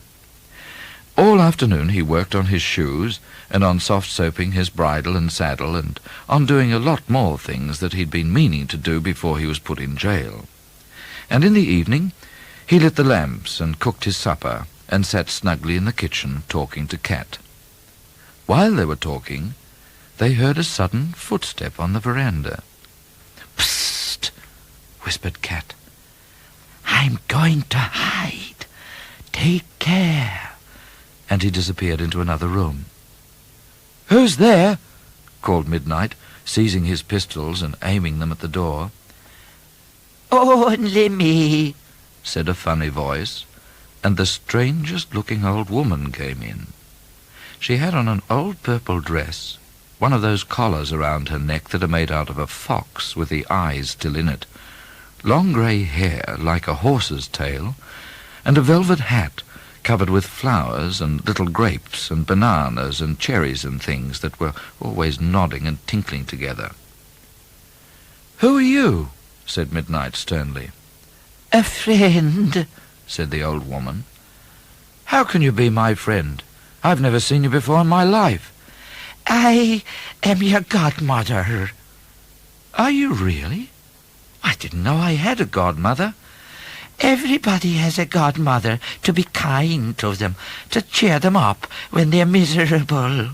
That is what godmothers are for, as you would know if you had ever read any fairy stories." "Well, that is a good idea, and I was miserable yesterday, but I'm quite happy today, thank you." "I shall make you even happier." "How?" But the old woman only shook her head and smiled. "You're in too great a hurry. Why, here am I, your godmother, visiting you for the first time, and you've not even asked me to sit down." Midnite blushed to think that he'd been so bad-mannered, and he quickly led the old woman to his best chair and begged her to make herself comfortable. The old woman sat back in the chair in the easiest manner, with the ankle of one leg cocked over the knee of the other, which caused her purple skirt to take on rather a curious shape, and said, "So, this is where you live?" "Yes," said Midnite, cautiously, for he did not intend to tell his godmother about the hidden valley. "And very nice, too. Are you all alone?" "Oh, no, I have a gang." "Ah," said the old woman, looking at him with twinkling black eyes. "And where are they?" "Out," said Midnite vaguely. All this time He'd been studying his godmother as closely as he could without seeming to stare at her, and he'd come to the conclusion that he was exceedingly glad that she had not kissed him. Although it was obvious that his godmother had quite recently shaved, she had dark bristles all over the lower part of her face, and she looked very prickly. Her hands, too, had black hairs on the backs of them, and from the little that could be seen of her, Midnite judged her to be the most preposterously hairy old woman in the whole colony. "Well," said the old woman, cackling, "you know me again, I dare say." "I'm sorry," said Midnite with a blush. "I did not mean to stare, but you're so extremely different from anybody else." "Yes, indeed. I'm the only person like me, and you should be proud to have me for your godmother." "Oh, I am." Midnite was trying very hard to sound as if he meant it. The old woman crossed her legs in the opposite direction, settled herself again, and remarked, "At this hour, I usually have a drink." "So do I," said Midnite. "I have cocoa." "Do you really?" said the old woman. "I have whiskey and soda." "I'm sorry, but there's no whiskey in my house, and there never will be." "Oh, no, the old woman gave a wave of her hand. "Don't apologize. Cocoa will do very well." So Midnite got up and made 2 cups of cocoa, and when the old woman was seated across the table from him, he said, "You told me just now you'd make me even happier. How?" "Ah, now we come to it. Well, dear old chap, I'm going to sing you a song." "A song?" "A song which will make you pleased and proud. It's a song about a bold bushranger, and his name is Midnite." "That's very interesting," said Midnite, laying down his pistols on the table. "I hope you don't need music or a piano, because I haven't got any." "No," said the old woman. "I make it up as I go along." And she began to sing.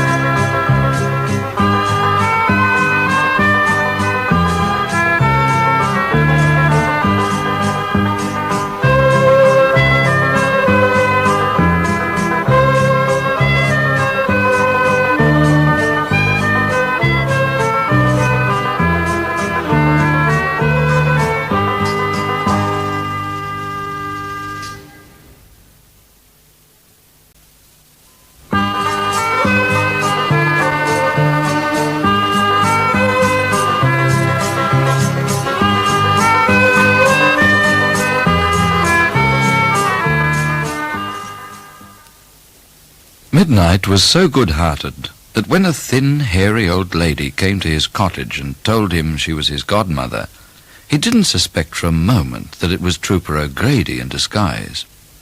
They sat drinking cocoa, and the old woman started to sing a song about Midnite.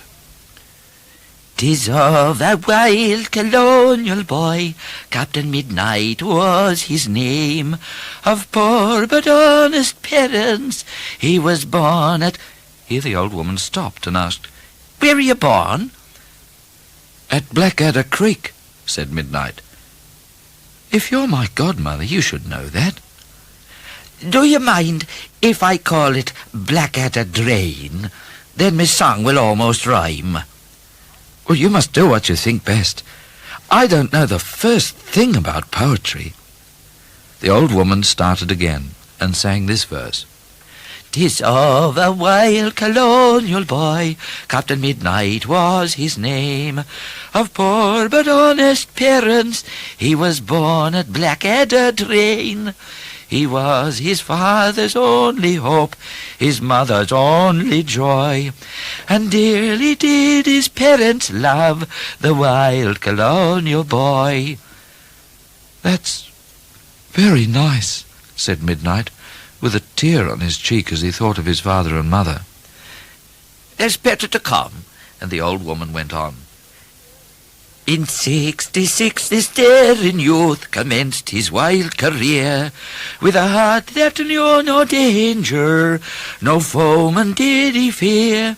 He stuck up the country mail coach, Judge Pepper he did annoy, who trembling cold gave up his gold to the wild colonial boy." "That's jolly good," said Midnight, laughing, "but don't say anything about Trooper O'Grady picking my pocket." "No, I won't," promised the old woman, and she went on. "He bade the judge good morning, and told him to beware, for I'd never rob a hearty chap that acted on the square, but a judge that would rob a mother of her only son and joy is no better than an outlaw," said the wild colonial boy. "I didn't say that." "Never mind, you forgot to say it. One night as he sat in his lair, the mountainside along, a-listening to his godmother, her pleasant laughing song, a trooper called O'Grady, well that name he did employ." "Midnight," called Cat from the next room. "Do you know who that is?" "Aha!" said the old woman. "The Siamese Confederate," and she sang in a different voice. "Reached out and snapped the handcuffs on the wild colonial boy." "Shoot, Midnight! Shoot!" called Cat. "Too late," said the old woman, drawing a pistol out of her bosom and sweeping up Midnight's pistols from the table. "And this time I'll have the Siamese Confederate too, or die in the attempt." "Then you'd better die now, O'Grady," called Cat, "and not tire yourself out for nothing."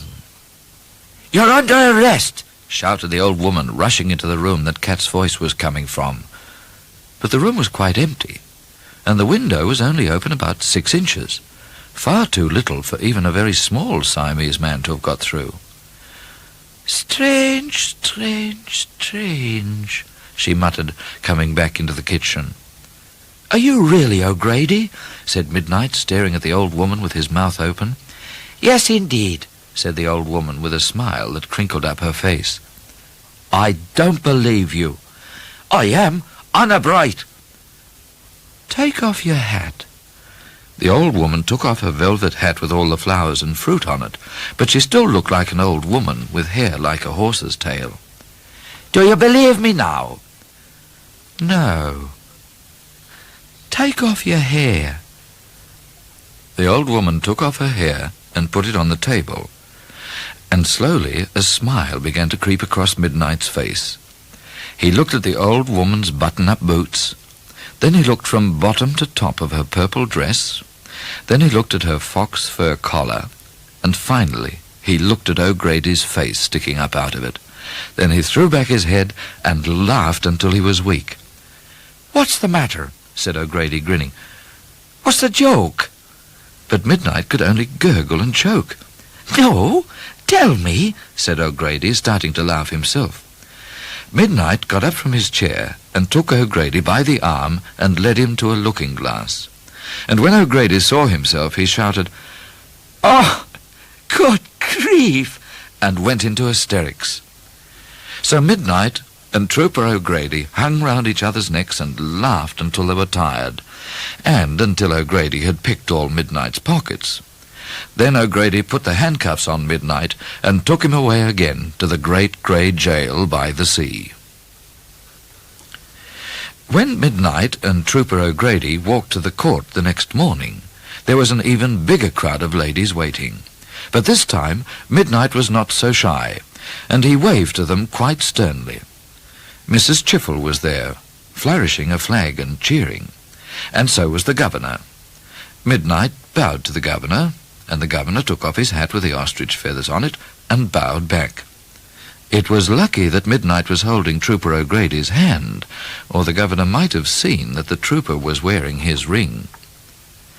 When Midnight and O'Grady arrived in the dock, which is a kind of cage for prisoners at the bar, Judge Pepper was writing in his book. He had made himself not a bad sort of wig out of one of Midnite's sheepskin shoes. But when he looked up and saw Midnite, his face went purple, and he shouted, "Villain, where's my wig?" "I've no idea," said Midnite, which was true. "I never saw it again after it flew out of the window." "Lies, lies, lies," shouted the judge. "Do you deny that the preposterous cockatoo is a member of your gang?" "That's nothing to do with me," said Midnite. "If he wants to belong to my gang, I can't stop him. Have you ever tried to stop a cockatoo from doing anything he wanted to do?" "Guilty," shouted the judge, banging on the bench with his shoe. "Guilty of what?" "Aiding, abetting, procuring, and giggling at the bushranging of my wig. 50 years in the Great Grey Jail. Take him away." So back went Midnite to the clanking, clanging, groaning, echoing prison. And this time they put him in a much stronger cell, with bars that nobody could tear out of the wall. And when night came, and the warder brought him his supper, he found that they'd given him a knife and fork made of wood. "This is going to be difficult for Cat," said Midnite to himself, as he sat on his bed staring at the stone slabs of the floor between his feet. Just then he felt a kind of scratching on the underneath of the stone. He took his wooden knife and fork and dug around the edge of one of the slabs. And when he lifted it, up came Jip, covered with earth, and kissed Midnite all over his face and inside his ears. "Ah, Jip, you're a good friend," said Midnite, kissing him back. Then he wriggled down the tunnel that Jip had dug and sprang onto Red Ned's bare back behind Cat, and they galloped away. When they came home to the hidden valley, Midnite found that Dora had been worrying about them so much that she'd got quite thin and sensible. But she soon cheered up and was as silly as ever, and she took Midnite for a ride on her back and pretended to be a wild bucking bull, as she used to do when Midnite was a little boy. While Midnite was away from the valley, she had had a beautiful calf, which staggered when it walked, and she was offended with Cat for saying that her baby was drunk. After that, they settled down in the cave again. Cat had a serious talk with Midnite, and this is what he said. "We must lie low and give up bushranging for a while. You are in great danger. There are more troopers and black trackers looking for you than ever there were before, and they know about the cottage in the orchard, and it is possible that the Queen may have bushranged that from us already. A great many people have seen your face, including the governor and Judge Pepper and Trooper O'Grady. The black trackers know about your sheepskin shoes, and they may even know Red Ned's hoof marks. We must stay in the valley and never go out or make any fresh tracks, because if they track us here, then there is no place in the colony that is safe for us." "That's good advice, Cat," said Midnite, "and I think we need a holiday after all this arresting and escaping." Weeks went by without anybody going out of the valley except Major, who flew and left no tracks. They were all feeling quite safe and rather bored when one day a startling thing happened. Midnite was down at the gate mending a place where the kangaroos had broken it and whistling at his work when Major came flying overhead calling his danger call and wheeling in a great circle round and round something in the bush. As Midnite straightened up and listened, he heard the sound of a horse's hoofs coming towards the gate. Dropping his tools, he ran for the cave and seized his gun and lay down behind a rock to watch the gate. It was not easy to see who was opening the gate because of the rocks and bushes in the way, but it seemed to him that it was a person dressed all in green. He whispered to Cat, who had crept up beside him, "Can you see? Who is it? How many people?" "I can't tell," said Cat in a serious voice, narrowing his eyes. "What shall I do?" "You have not done a murder yet. This is the time to begin." "Must I?" "You must," said Cat sternly. "I'm sorry." By this time, the person who had opened the gate had got back into the saddle and was riding towards the caves. As he peered through the rocks and bushes, Midnight made out that it was a person wearing a long green skirt, riding side-saddle. "It's a lady," gasped Midnight. "So it is," said Cat in a wise voice. "It's Miss Laura Wellborn," cried Midnight. "I thought so," said Cat, more wisely still. "What shall I do now?" asked Midnight. "Shoot her," said Cat. "Never," cried Midnight, jumping up and leaving the gun behind the rock. "I would sooner die." And he tied his handkerchief over his face and pulled down his hat and strode off to meet Miss Laura Wellborn, while Cat slowly and thoughtfully followed. "Aha, Captain Midnight," said Miss Laura as he came up. "I have tracked you down at last." "You have indeed, Miss Wellborn, and I hope you're alone." Quite alone, and rather proud of myself, I do assure you." "As you well might be, Miss Wellborn, but you've put yourself in an awkward position." "Why, Captain Midnight, what do you mean?" "I mean that I cannot let you go home again, and you'll have to stay here in the secret hideout forever after." "But how romantic!" "Do you think so? Truly?" "Quite delicious.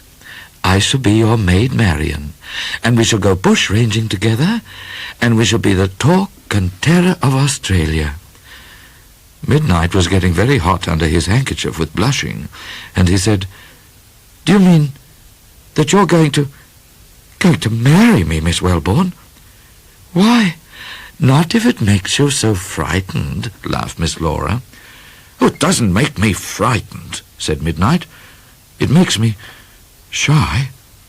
"Ah, pure manly heart. Now help me from the saddle, Captain Midnight, and lead me to your dreadful den, and we shall talk about it." So Midnight helped her and took her down, leaning on his trembling arm, to the cave, and gave her his best sheepskin to sit on. And all the time, as Miss Laura was saying these things, Cat was looking at her with cold blue eyes. At last, when Miss Laura had admired everything in the cave and had told Midnight the names of all the painters whose pictures it reminded her of, she said, with a beautiful blush, "Captain Midnight." "Miss Wellborn," said Midnight in a rather shaky voice, because he was more in love than ever, "would you do something for me?" "I would do anything at all." "Then unveil that face which has been gazed upon by Mrs. Chiffle and 500 other ladies, but has never been gazed upon by me." "My face, Miss Wellborn? Do you want to see my face?" "Captain Midnight, I yearn, I crave, I thrill in the anticipation of seeing your face." Although Midnight did not always understand the long words that Miss Laura used, he did understand that she wanted to see his face rather a lot. So he took off his hat and pulled down his handkerchief and then stood looking at her expectantly. Whatever it was that he expected, it was not what Miss Laura did, which was to put her hands over her face and burst into tears. "Why, Miss Wellborn, what is the matter?" "You are not handsome at all, and your hair needs cutting, and you're only a boy." "I am a young man. Look, feel my face. Whiskers." "I hate and despise your preposterous whiskers. Take me home immediately to my father." "Oh, Cat," sighed Midnight, whose feelings were so hurt that he was more miserable than he'd ever been in his life. "What shall I do now?" "Come outside," whispered Cat, too low for Miss Laura to hear. So Midnight and Cat went out of the cave, and Cat said to Midnight, "This is very serious." "I know." "You cannot take her home. She would tell everybody about the hidden valley. I know, but what else can I do? Shoot her. No, she's too beautiful. Well then, the only thing to do is to keep her prisoner, and perhaps when she is used to us, she will be less preposterous. But I doubt it. I should do my best. Midnite sadly went back into the cave and told Miss Laura that she was a prisoner. Is that your last word? Yes. Then Miss Laura said ferociously, You will rue this hour.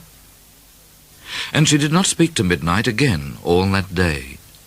He tried to be nice to her by showing her his collections of birds' eggs and butterflies and stones, but she only yawned and made a face as if they were disgusting. She made a face at all the things in the cave, which she had admired before, as if they were disgusting. And when Midnite cooked her supper, which Midnite and Cat thought was a very good supper, if not the best supper they'd ever seen and tasted, she pushed her plate away and made a face as if that was disgusting.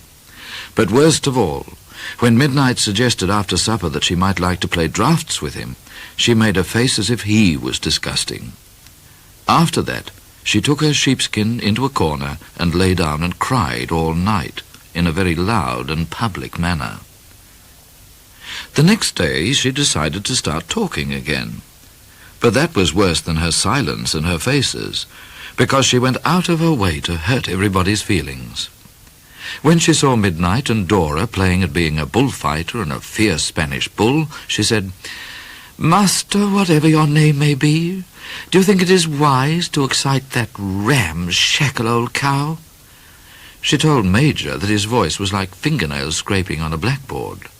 She annoyed Jip by calling him Pup and asking him if he'd like her to scratch his tummy. And she embarrassed Red Ned by knowing the names of all the parts of his body and finding fault with them. The only person she was not rude to was Cat. That was because she was clever and had a plan. When night came, Miss Laura sat on her sheepskin next to the lantern and let down all her beautiful hair. She bush-ranged one of Midnite's brand-new hairbrushes, which had never been used, but that did not stop her from making a face as if it was disgusting, and she slowly brushed her hair and sang to herself a beautiful song. She was so pretty, and her hair was so long and lovely, that Cat was fascinated, and he crept up and sat down beside her to watch. Then Miss Laura reached out her hand and began to stroke Cat, as if she hardly noticed what she was doing. And before long, Cat was purring. After a while, Miss Laura said, almost as if she was talking to herself, I think it's very noble-minded of you, you who are so clever, to work and plan for such a stupid boy. He is not exactly stupid, murmured Cat. It is only... Then he realized that he had talked to Miss Laura, and he looked very foolish. But Miss Laura laughed and went on stroking him. I had guessed your secret. What were you going to say? It is only that he was brought up in a forest by his father and 5 animals, and he knows hardly anything about human beings. Well, you may call him innocent, but I call him stupid, and I'm glad that I have you to talk to. From that time on, Cat was always with Miss Laura, and he told her things that he'd never told Midnite, such as that he was a prince in his own country. Miss Laura clapped her hands and cried, Oh, how romantic, and went on stroking him with great respect. One day, when Midnite was outside the cave and wanted to ask Cat's advice about something, he called for Cat, and Cat did not come. So Midnite went into the cave, and there was Cat, sitting in Miss Laura's lap as usual. Miss Wellborn, said Midnite sternly, I must ask you not to pet my cat when I want him. "I cannot think what the boy means," said Miss Laura, to no one in particular. "Cat is being so polite as to entertain me." When she said that, Midnight had a funny little pain in his heart. He was jealous of Cat, his best friend. He said, "I do not know what Mrs. Chiffle would think of a young lady who spends all her time talking to cats." "At least he is a gentleman." "A gentleman? Why, he's not even British." "I would sooner talk to a Siamese prince than to any uncouth youth whatever." As soon as he heard her call him an uncouth youth, which is a very rude and hurtful thing to say to a young man of 17, and Miss Laura knew this when she said it, Midnight strode out of the cave and threw himself down on the grass and swore the worst swear word that he knew, which was not very bad, because he'd been well brought up. As a matter of fact, he said "darn, darn, darn" about 90 times. When he was tired of swearing, he just lay in the grass with his eyes shut. Presently, he heard a rustle in the grass, and he knew that Cat was sitting beside him, but he only rolled over on his side and turned his back on Cat. Cat reached out and touched Midnight's cheek with a velvet paw. "Go away," said Midnight. "Midnight, we must do something." "What?" "We must get rid of this lady, or she will break up our gang." "Well, that's all very well, but how are we going to get rid of her?" "I don't know. If she were not so beautiful, we could tie a rock around her neck and sink her in the river." "But she is beautiful." "I know." "And I'm in love with her," said Midnight. "So am I," said Cat. "And I think she'll be here forever after, hurting my feelings more and more." "That is out of the question. We shall have to do something, and the something that we shall have to do is going to give us a lot of trouble." "What plan is this?" "We shall have to let her go home, and we shall have to leave the hidden valley and go somewhere else, because we shall never be safe here again." "Where can we go? I don't know any other place to live." "We could go to the Never Never Desert, where all the poets and explorers go to die. There would be no bush ranging to do there, but we might find some new rivers or lakes or something and name them after the Queen, and then she might forgive us for being bush rangers, and we might get gold medals from the Royal Geography Society." "That's a good plan, Cat," cried Midnight, growing excited. "Come, let us tell Miss Wellborn to go home and start today for the Never Never Desert." "It would not be gentlemanly to tell her to go home all alone. She might meet a bushranger on the way." "No, you must take her to some place where her father can fetch her. And the best place I can think of is the Zamia Creek Hotel." "Well, we must be gentlemanly," said Midnight, and he went into the cave and said to Miss Laura, "Miss Wellborn, we're going to take a ride together, and then I'm going to set you free." "That does not surprise me," said Miss Laura, smiling, "for I knew I should win in the end." On the journey, as they walked and cantered through the bush, Miss Laura talked cheerfully to Midnight and Cat, and admired Red Ned's noble-mindedness, and Jip's cleverness, and Major's feathers, and was so nice that they were all quite sorry she was leaving them. At last they came to a clearing in the bush beside a road, and in the clearing was the Zamia Creek Hotel.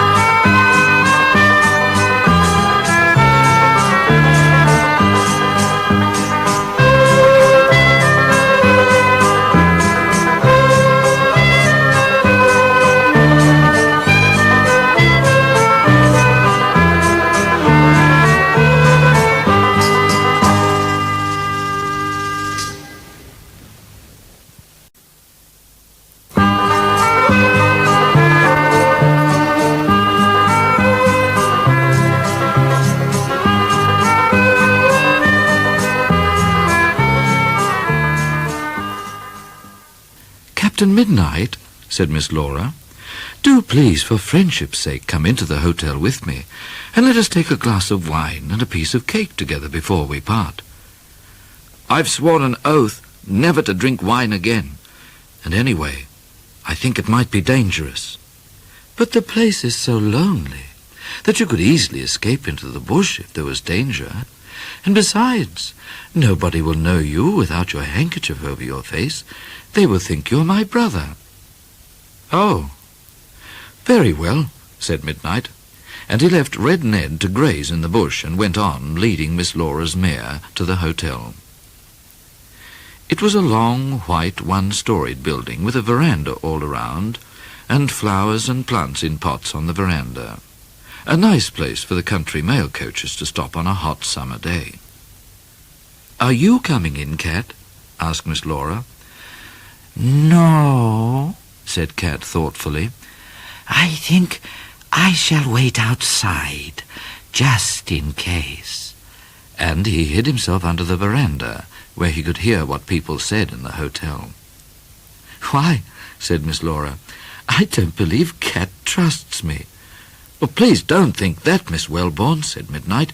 We all trust you very much. Which made Miss Laura laugh to herself in a peculiar manner.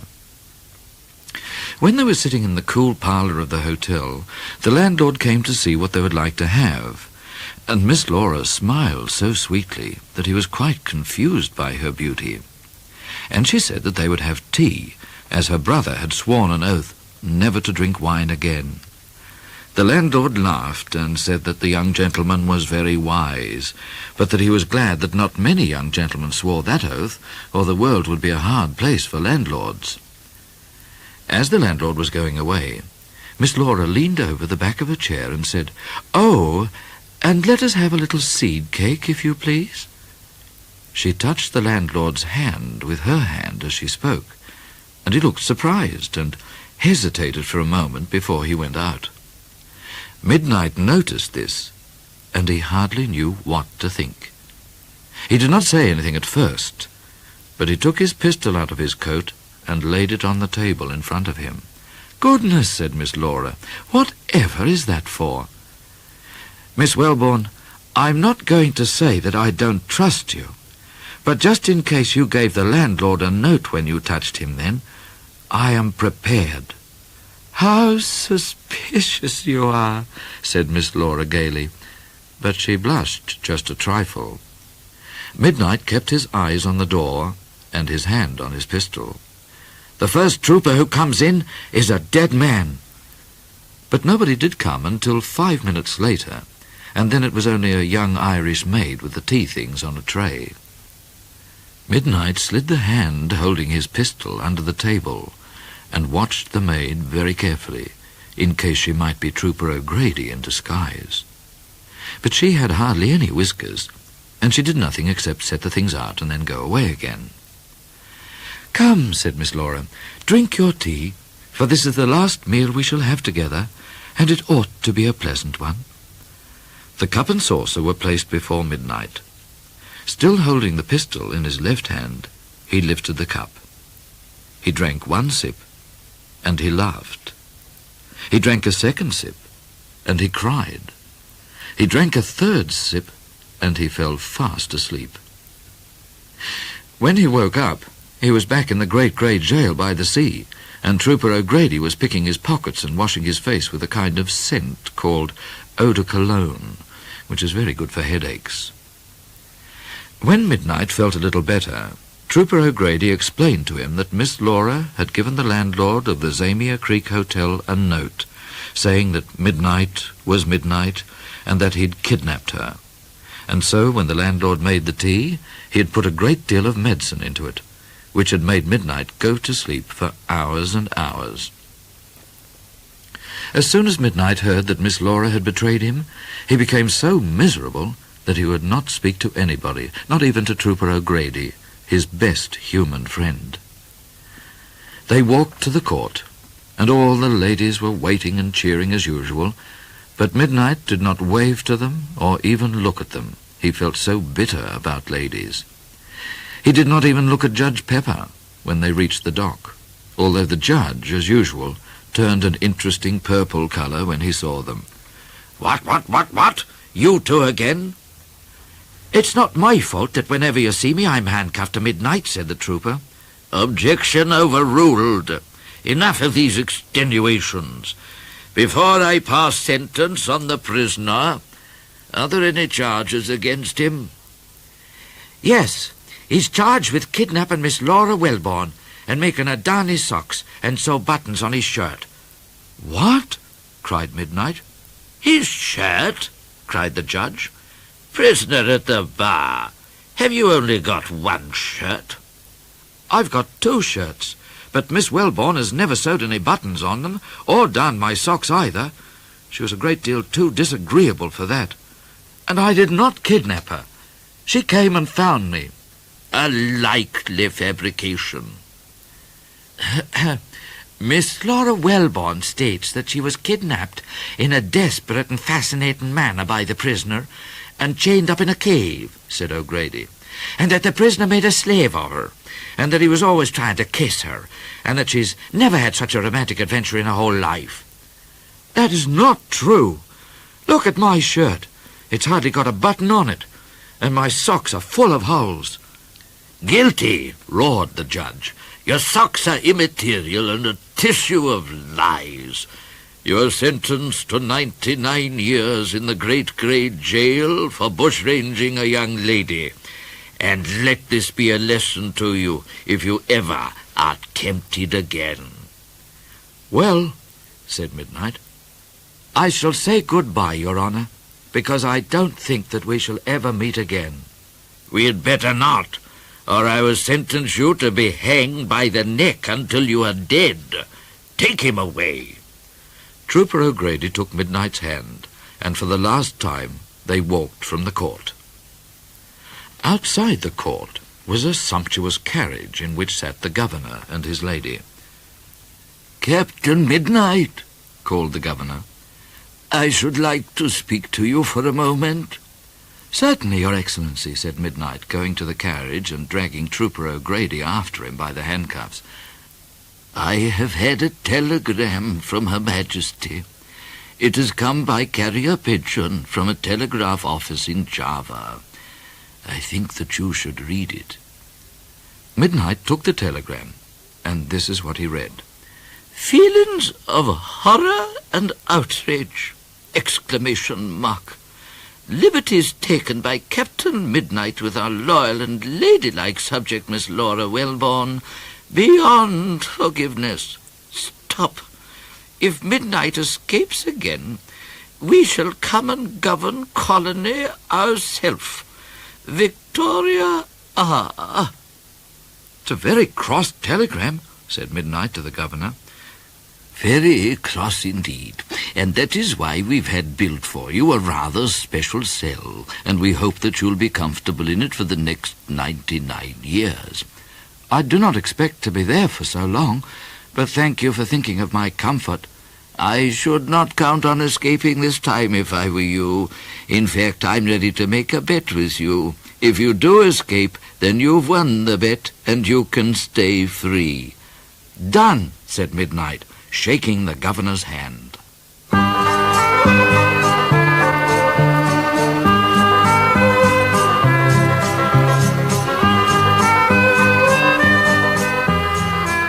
Well, Midnite, dear old chap, said Trooper O'Grady, come and see your new cell, and tell me what you think of your chances of winning that bet. When Midnite had walked through all the echoing, groaning, clanking, clanging corridors of the jail, and had come to his special cell, his heart sank, and for the first time he wondered whether perhaps he really was going to stay in prison for 99 years. The floor was of solid rock. The iron bars were as thick as small trees, and the stone walls were hidden behind great beams of very hard wood called jarrah, studded with huge iron bolts. Midnite sat down on his bed and stared all round, and he just could not see how Cat was going to rescue him this time. I don't think my chances are very good, he said sadly to O'Grady, but I do not despair. That's the spirit, said the trooper, clapping him on the shoulder. and I shall come to see you on Sunday, so you've something to look forward to." Then O'Grady went out and locked the door, and barred and chained and bolted and pushed a wardrobe against it, and his footsteps went away down the grey, echoing corridors. Days went by, and Midnite became more and more miserable. That was when he wrote his famous life story for the newspapers, in which he said that he'd been captured 3 times, and the 3 causes of his being captured were wine, woman, and song. Of course, in his life story, he did not say anything about his gang or about the Hidden Valley. He did not know then whether the Hidden Valley had been discovered or not, and he did not find out until Sunday arrived and Mrs. Chiffle came to visit him. Mrs. Chiffle had got a special hat for the occasion, all covered with dahlias, and she brought Midnite a hamper of marvellous food, which he was glad to have, after the warder had taken all the files and rope ladders out of it. Mrs. Chiffle said that she was shocked and surprised by Miss Laura's behaviour, and she hoped that Midnite had not suffered too much. "Not too much? Tell me, ma'am, what is Miss Wellborn doing now?" "She stays in her room all day and cries." "Why?" "She is ashamed, because she betrayed you." "Is she really?" said Midnite, puzzled. Then he asked Mrs. Chiffle if Miss Laura had told the troopers about the Hidden Valley. Mrs. Chiffle explained to Midnite that when he was captured at the Zamia Creek Hotel, Miss Laura had been very excited, and that was why she'd made up the stories about Midnite kidnapping her and keeping her in chains and trying to kiss her all the time. She had told these stories because she wanted all the ladies in the colony to think that she had had a very romantic adventure. But afterwards, when she remembered how kind and good-natured Midnite was, and how often she'd hurt his feelings with her disagreeableness and long words, she was sorry for what she'd said. So when the troopers asked her about the Hidden Valley, she said that she had no idea where it was, as Midnite had always tied a blindfold over her eyes, but that she thought it was south of Zamia Creek. That was quite the wrong direction, and by telling this story, Miss Laura had kept the troopers out of the way for nearly a week, in the hope that Midnite would escape. It cheered Midnite up tremendously to hear that Miss Laura was now telling stories for him, instead of against him, and although he never told stories himself, he forgave her, because she was a young lady. After Mrs. Chiffle had left him, he opened his autobiography and crossed out a line which said, "A false woman is the fearsomest foe of man." Before long, he had another Sunday visitor, which was Trooper O'Grady, shuffling a pack of cards. The trooper had brought Midnite a box of cigars and a small bottle of whisky to go in his hip pocket. But as Midnite did not drink whisky, because he'd sworn an oath, and did not smoke cigars in case they made his teeth turn yellow, O'Grady drank and smoked all his presents while he was visiting. He also persuaded Midnite to play a card game for money, and in 5 minutes O'Grady had won all the money that Midnite kept hidden in his socks for fear of pickpockets, and had taught him to play for IOUs instead. The IOUs were pieces of paper on which Midnite wrote that he would pay Trooper O'Grady such and such a sum as soon as he had it. In this way, O'Grady won nearly £1 million. So Midnite swore a new oath that he would never again play cards for money, and he wrote this in his life story beside his other oaths about drinking drink and going into hotels. And the time went by, and soon Midnite had been in prison for 10 days. He'd never in his life expected to spend such a long time in jail, and he'd almost given up hope of being rescued. But one evening, when the warder brought him his supper, he noticed that something crept in through the open door behind the warder, and soon afterwards he saw 2 red eyes looking at him from a dark corner. Midnite said to himself, "What has red eyes when it looks at you from a dark corner?" And he answered himself, "A Siamese cat." He was so excited that he almost cheered when he thought this, but he held the cheer in until the warder had gone, and then he let it out, loud and long. "Hush, my dear Midnight," said Cat, but he said it fondly because he was very pleased indeed to see Midnight again. "There is a plan afoot, and we have not a minute to lose." "Oh, good for you, Cat. I was afraid I really should be here for 99 years. "You ought to have had more faith in me. Now, there are 2 jobs for you to do. First, look out of the window and tell me if you see anything interesting in the sky." Midnight looked up between the bars, and after a while he said, "There's something that looks like a burning stick flying through the air." "Good! It is Major, and our plan is going well. Next, wrap yourself up in your blanket and crawl under the bed. Why? Don't ask questions. Quick, we are in danger." So Midnight wrapped himself up and crawled under the bed. And when he and Cat were lying there in the dark, he said, "Now, tell me the plan." "It is a long story, but the short of it is that Major has been building a nest between the walls of your cell." "But why should Major build a nest? Major's a boy, isn't he? He's not going to lay an egg, is he?" "I shall take no notice of your stupid questions. As you know, cockatoos usually build their nests of grass and leaves and stuff, which is not hard. But this nest of Major's is very big and peculiar and different, and that is why we've been so long rescuing you." "Well, if his nest is not made of grass and leaves and stuff, what is it made of?" "Gunpowder." Just then, something went kaboom, and the outside wall of the cell blew up. After the rocks and beams had finished falling, Midnight and Cat dug their way out from under the bed and ran through a huge hole in the wall to where Red Ned and Jip and Major were waiting. "Bravo, Major!" cried Midnight, as he and Cat sprang onto Red Ned's back. Then they all galloped away together through the dark, dark bush. When they had galloped for miles and miles and had come to the hills, Midnight said to Cat, "I don't think we need to ride so hard, because the governor has made a bet with me that if I escape this time, I could go free forever." "Do you trust the governor?" asked Cat. "Yes, of course," said Midnight. "He's a gentleman." "He is a public gentleman, and public gentlemen are the last people in the world that you should trust." "I think you're unkind, Cat."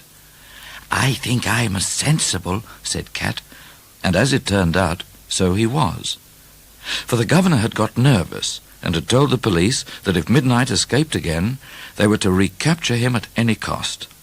And when the sun rose among the hills, who should Midnight see but O'Grady riding at the head of a party of troopers? "Hello, Midnight," called O'Grady, spurring his horse forward. "Wait a bit." "No fear," said Midnight, laughing, and he galloped away as fast as Red Ned could go. Midnight was a very, very good rider, and at first he quite enjoyed the chase in the fresh morning air. As he raced along, he listened to the warbling butcher birds and the laughing kookaburras in the bush, and looked at the lovely sunrise that was turning the tips of the gum leaves pink on all the hills, and he thought to himself how preposterously splendid it was to be a free man on such a day.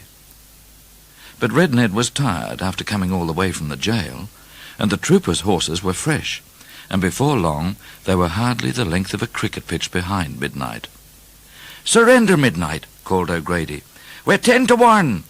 But Midnight only laughed and sang over his shoulder at the top of his voice, "I'll fight but never surrender," said the wild colonial boy. "I'll shoot your hat off," shouted O'Grady, and as he spoke, a bullet went through Midnight's hat. But the hat did not fall off, and O'Grady said a bad word. "I'll shoot it off this time," swore O'Grady, and a second bullet went through the hat, and it spun to the ground. "Never mind, I shall have another hat in 1 minute," called Midnight. And he was right. 1 minute was all the time it took for Major to swoop down on O'Grady and bushrange his hat and drop it on Midnight's head as Red Ned sped along. "You can have my hat now," offered Midnight. "I'm sorry it's got bullet holes in it." O'Grady said a very bad word that Midnight had never heard before. But he did not shoot at Midnight's hat again, because it was his hat, and he hoped to get it back. "Midnight," said Cat from the saddle in front of Midnight. "they're coming awfully close." "You can't win, Midnight," shouted O'Grady. "We're going to hedge off and take you back to jail." Red Ned," cried Midnight, looking back at the galloping troopers. "Unless you save me, I may be hanged by the neck until I'm dead." The words were hardly out of his mouth when O'Grady's horse shot ahead of Red Ned and wheeled to cut him off. But Red Ned swerved to the right, and calling up all his strength and all his noble-mindedness, he raced towards the brink of a narrow ravine. "Midnight!" cried Trooper O'Grady. "Come back! You'll fall into the ravine and be killed, and I couldn't bear it." "Red Ned, be careful," whispered Midnight, who was very worried. "Midnight!" sobbed Trooper O'Grady. "Don't be killed! You're my only friend, Midnight, and what shall I do without you?" "Red Ned," whispered Midnight, patting Red Ned's neck, "I trust you." And at that moment Red Ned reached the brink of the ravine and gathered all his muscles together in one tremendous leap and sailed like a bird through the empty air to land safe on the other side. When Midnight looked back, all the troopers had pulled up at the edge of the ravine and were looking nervously into the emptiness below. All the troopers, that is, except O'Grady, who was clapping and cheering. He was so glad that Midnight was safe, and so proud of him. Midnight raised Trooper O'Grady's hat politely to Trooper O'Grady and waved and rode away. And ever since that day, the place at the edge of the ravine has been called Midnight's Leap. But I think it ought to be called Red Ned's Leap. After all, it was Red Ned who did the leaping. When Midnight's gang reached the hidden valley at last, they were all very tired. Midnight and Cat were tired from riding, and Red Ned was tired from flying and being blown up in the explosion at the jail, which had gone off sooner than he had expected. But the tiredest one of all was poor Jip, who could not leap or fly across ravines like Red Ned and Major, and had to go right down to the bottom and then come right up again after running nearly all the way from the prison. Dora had been terribly worried about them, for they'd not been home for 12 days, and when she saw Midnight, she was so pleased that she galumphed up and kissed him all over with her rough tongue and wanted to play bullfighters straight away. But Midnight was so weary that he went into the cave and lay on his sheepskin and fell asleep, hardly noticing the thunderstorm that was going on outside. When he woke up late in the afternoon, Cat said, "We have had a stroke of luck. There has been heavy rain, and if we have left any tracks, they are washed away now. We are safe for a little while." "Do you think we can stay here?" asked Midnight. "No, I don't. And by the way, what do you think of the governor now? You won your bet, and he sent the troopers after you." "I've sworn an oath," said Midnight sadly, "never to make bets again." "Good. And if you do make another bet, watch out for people like the governor. There is a name for people like that, and if you meet him again, you should tell him that he's a dirty, rotten Welsher." "I could not say that to a public gentleman, but I shall remember the name." "It is good to live and learn. And now, let us talk of more serious matters." Then Cat told Midnight his plan. He said that they must leave the hidden valley that very night, in case the trackers should find their way there, or Miss Laura Wellborn should betray them, and set out for the Never-Never Desert. They should take another horse besides Red Ned to be their pack horse, and Midnight should make sheepskin boots for the horses, so that they would leave no tracks. And Midnight himself, Cat said, should put on a disguise to look as much as possible like an explorer, if anyone should ask him who he was. All that afternoon, Midnite worked at making the sheepskin boots for the horses and at making himself a beard out of the curly ends of cows' tails. When it was finished and glued on, he looked much older and very like an explorer, and Cat said that he was funny, but almost handsome. As soon as it was dark, Midnite's gang ate their last meal in the secret hideout and said goodbye most affectionately to Dora and her calf, and rode away, for they did not know how long, through the gate of the hidden valley.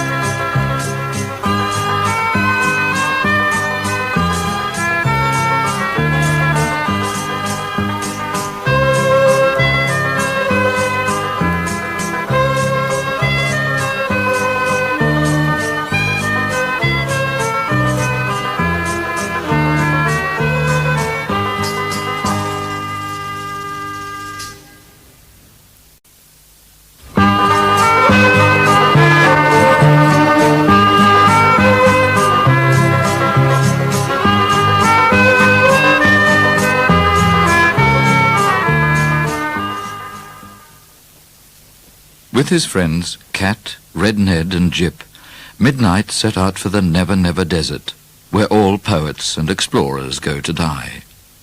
But first he glued on a beard made of cows' tails so as to look as much like an explorer as possible. It would take a long time to describe all the things that happened to them on this journey, which lasted for 1,000 miles, and led them to places no one had ever seen before. I will try to describe it as quickly as I can. For the first few days, they travelled through grassy plains with trees scattered here and there, where there were many crows and cockatoos flying about, and where sometimes they saw cattle and sheep. Then the grass plains gave way to a rather dry country, with very red earth covered with grey-green scrub, and in the scrub they saw a great many kangaroos and emus leaping and bustling along. Sometimes in the soft red dust they saw the tracks of bare human feet, and now and again, out of the corners of their eyes, they would see a movement as a black man hid behind a bush and stared at them. For as long as they travelled, 1,000 miles, the black people followed and hid and peeped at them. But Midnite and his gang never saw a black person except out of the corners of their eyes. After about a week, they left the scrub and came to a country where nothing grew on the red stony ground except a kind of prickly grass called spinifex. This was very hard country for them to travel in, because there was scarcely any water, and they would certainly have died of thirst if it had not been for Major and Jip. But always, just when they thought they would have to camp for the night without water, Major came flying back, calling that he'd found some. Sometimes it was a rock pool, with pigeons and duck and wallabies around it, and sometimes it was a creek or a small river, and sometimes it was a salt lake. Whenever Midnite found a river or a creek or a lake, he named it after Queen Victoria and made a note in his diary. Presently, the stony desert gave way to the most ferocious country anyone has ever seen. It was all soft red sand hills running east and west, and as the horses struggled to the top of one dune, all they could see ahead of them was more sand stretching for hundreds of miles. There was scarcely even any spinifex there, and the black people got tired and went away for a while and stopped peeping at Midnite, and water was very hard to find. Red Ned and the other horse were often so thirsty they were quite weak, and everybody was hungry, though Cat and Jip went out hunting and brought back birds and wallabies and lizards. The only thing that there was plenty of in the Never Never Desert was flies, and they crawled into everyone's eyes, and Midnite's eyes got sore and swelled up, so he called some hills he could see in the distance the Bung Eye Ranges, and made a note in his diary. One day, when they were travelling through this dreadful country, which had nothing living in it except swarms of flies and green budgerigars, they came to the top of a sandhill and saw tracks going away from them over the sand ahead of them. "Hurrah!" cried Midnite. "It's another explorer, and he has camels." And they made haste to catch up with the explorer, because they were all feeling rather lost and lonely. When at last they overtook the explorer, he did not look at all pleased to see them, and he said to Midnite, "Ach, die Liebe, what do you here without your papa?" This explorer was a rather miserable German called Johann Ludwig Ulrich von Leichhardt zu Voss, but in Australia he'd called himself Mr. Smith, and his two bad-tempered camels were called Sturm and Drang. While Mr. Smith was talking to Midnite, Sturm and Drang made faces at Red Ned and the other horse and spat at them, for no reason whatever. "I'm exploring," said Midnite, feeling shy that he looked so young. I forgot to mention that his beard had fallen off after one day, because the glue had melted in the heat. "May I ask where you're going?" "I too am exploring. I am exploring me." "How can you explore you?" "I will not explain. You would have to be me to understand." "Well," said Midnite, blushing, "I'm sorry if I seem stupid, but at least you won't mind, will you, if I ride along with you?" "I can you not prevent. The desert belongs to everyone." Midnite said, "I think you're mistaken. The desert belongs to Queen Victoria, and I've named it after her and made a note in my diary." The explorer laughed a hollow laugh and handed Midnite his own diary, in which Midnite read, "Today have I this desert, the cosmic symbolical desert, named." "I do not like that name half so much as mine, and I see by the date that you've named it 3 days after I did. So I think I'll stick to the name I gave it." "You are a free creature. Do what you please," said the explorer with his miserable laugh. "You may yourself through the head shoot. I will not offended be." By this time, Midnite and Cat had decided that they did not like Mr. Smith at all, but they stayed with him for company, as he and Sturm and Drang were the only living things in the desert apart from themselves and the flies. So they travelled with him all day, and in the evening they came down from the sandhills to a white salt lake, which was all surrounded by bones. Midnite stared at the bones with great surprise. He saw horse bones and camel bones and pieces of harness and boots and belts and hats and blankets and many, many smiling human skulls. "What is this place?" asked Midnite in a nervous voice. "It is the end of the outback," said the explorer, "where come poets and explorers to die." As he spoke, Sturm and Drang knelt down among the bones, and Mr. Smith got off Sturm's back, and the two camels rolled over and expired. "Why do they die?" asked Midnite more nervously still. "Because they themselves exploring finished have," said the explorer. Then he shouted something in German and fell down in the bones, dead and smiling. Midnite and Cat were very sad, even though they had not liked Mr. Smith, and they buried him and wrote his name in pencil on a flat stone. Then Cat went out hunting and got some good ducks, and they camped by the salt lake and had supper. When it was dark, and Midnite lay wrapped in his blanket near the campfire, he listened to the mournful crying of the wild dogs in the distance, and thought it was the miserablest place in the whole world. He slept between Jip and Cat, and he hugged them close to him. He was so glad that they were there. He had almost fallen asleep when a wind came blowing along the lake through the bones, and the bones began to sing. "Cat, I'm scared," whispered Midnite, hiding his head in his blanket. So am I, said Cat, and he and Jip crawled into the blanket too. Then the wind died down, and the voices faded, and at last Midnight fell asleep.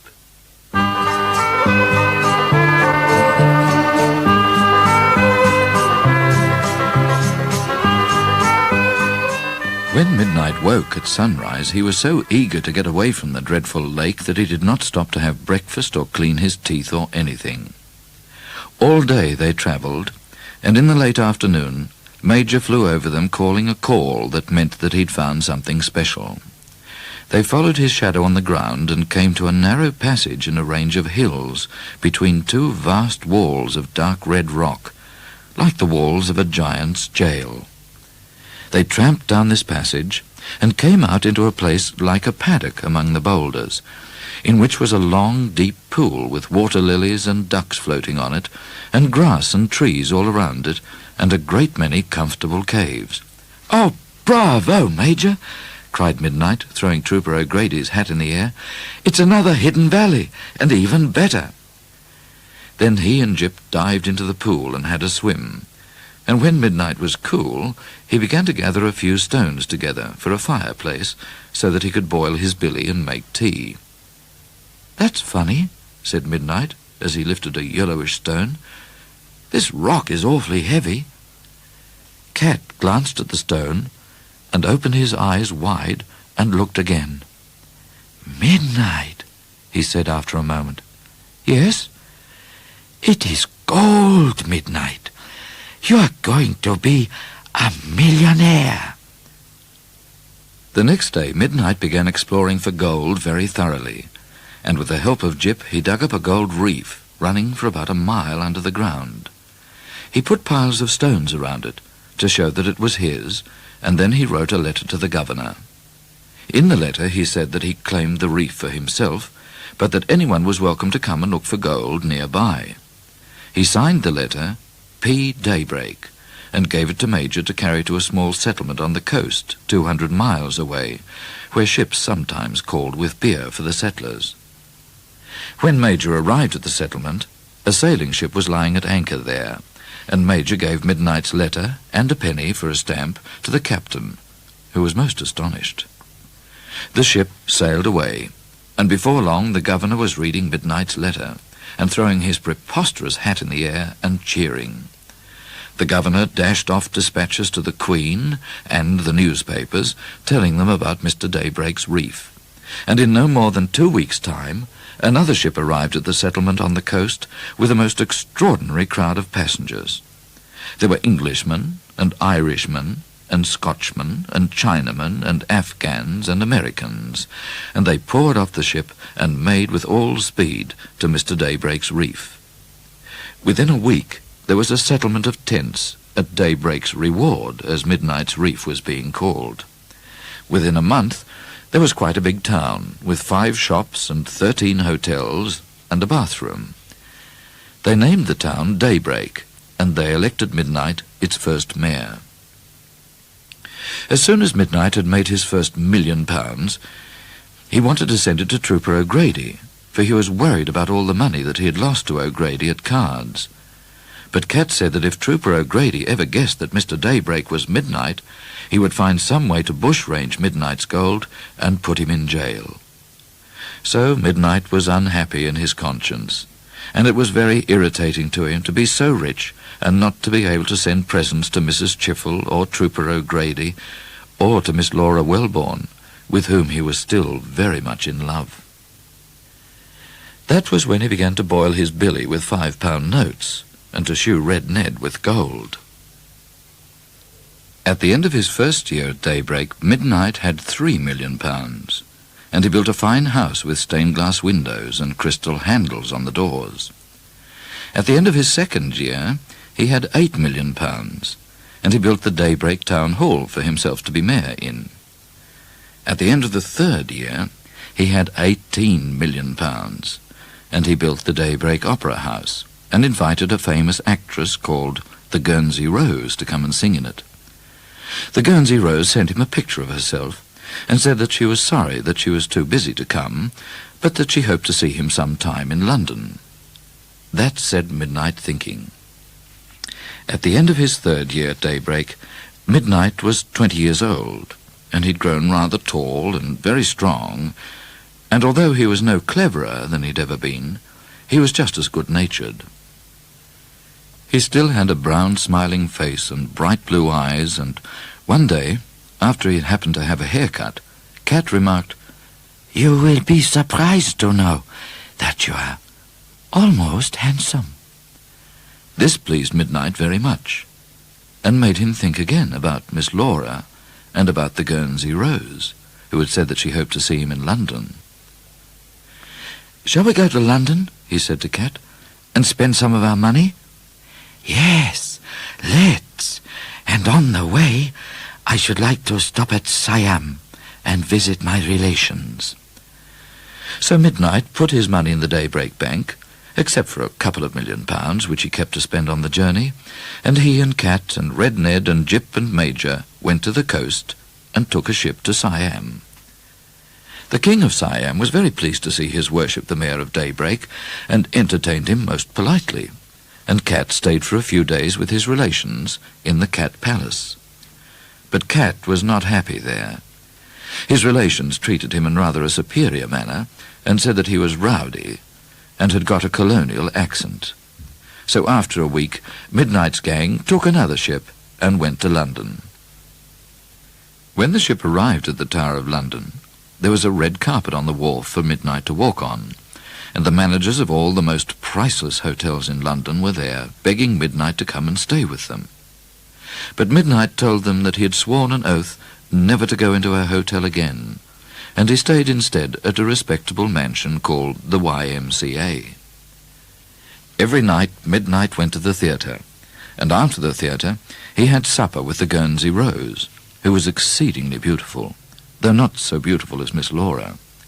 Every day he and Red Ned went for a canter in the park, and the ladies passing in their carriages leaned out and peered through their gold binoculars and cried, "Who is that handsome horse, and that almost handsome young gentleman?" All over the kingdom, Midnite's gang was a huge success. Major had his portrait painted, sitting on the finger of a duchess, and Cat had his portrait painted, sitting on the shoulder of a witch. Red Ned, who was ambitious in a quiet and noble-minded fashion, won the Grand National and the Derby, and Jip won all the sheepdog trials in Scotland. And Midnite's great triumph came one morning when he opened an interesting-looking letter and read this: "The Crystal Palace, 6th of May, 1870. Dear Mr. Daybreak, we have some friends coming to take tea with us tomorrow. Will you give us the pleasure of your company also? We hope you will not disappoint us. Victoria R." The next day, Midnite presented himself at the palace, dressed in a new tartan suit from Bond Street, and was shown into the Queen's drawing-room by a priceless butler. The Queen was sitting on her throne at the top of some carpeted stairs, with her long robes trailing down before her. She rose and progressed in a majestic manner down the stairs, and held out her hand to Midnite. "Mr. Daybreak," said the Queen. "Your Majesty," said Midnite, bowing low over the Queen's hand. "Let us take tea."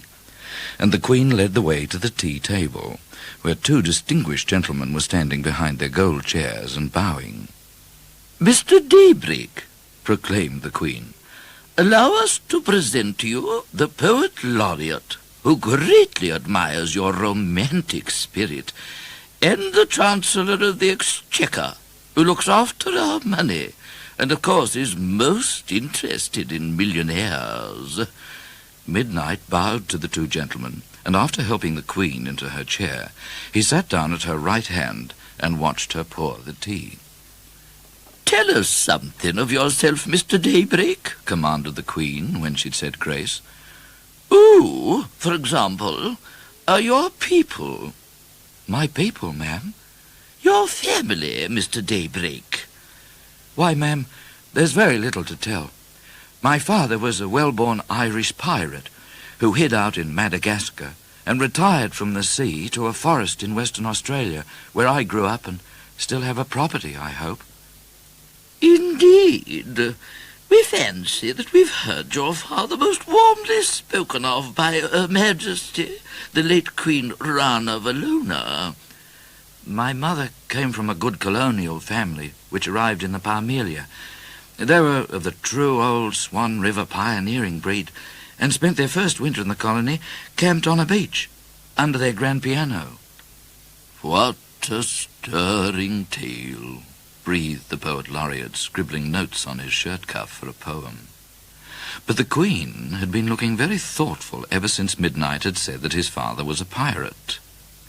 Our cousin, the late Queen Elizabeth, she remarked after swallowing a piece of crumpet, was in the habit of encouraging pirates and even of making them knights. We're not sure that this was the correct idea. Excuse me, Your Majesty, said the Chancellor of the Exchequer, but it was a very good idea from the Exchequer's point of view. The Queen always got her share of the plunder. Money, money, money, sighed the Queen. What was it that you said about money, Poet Laureate, in your rousing poem?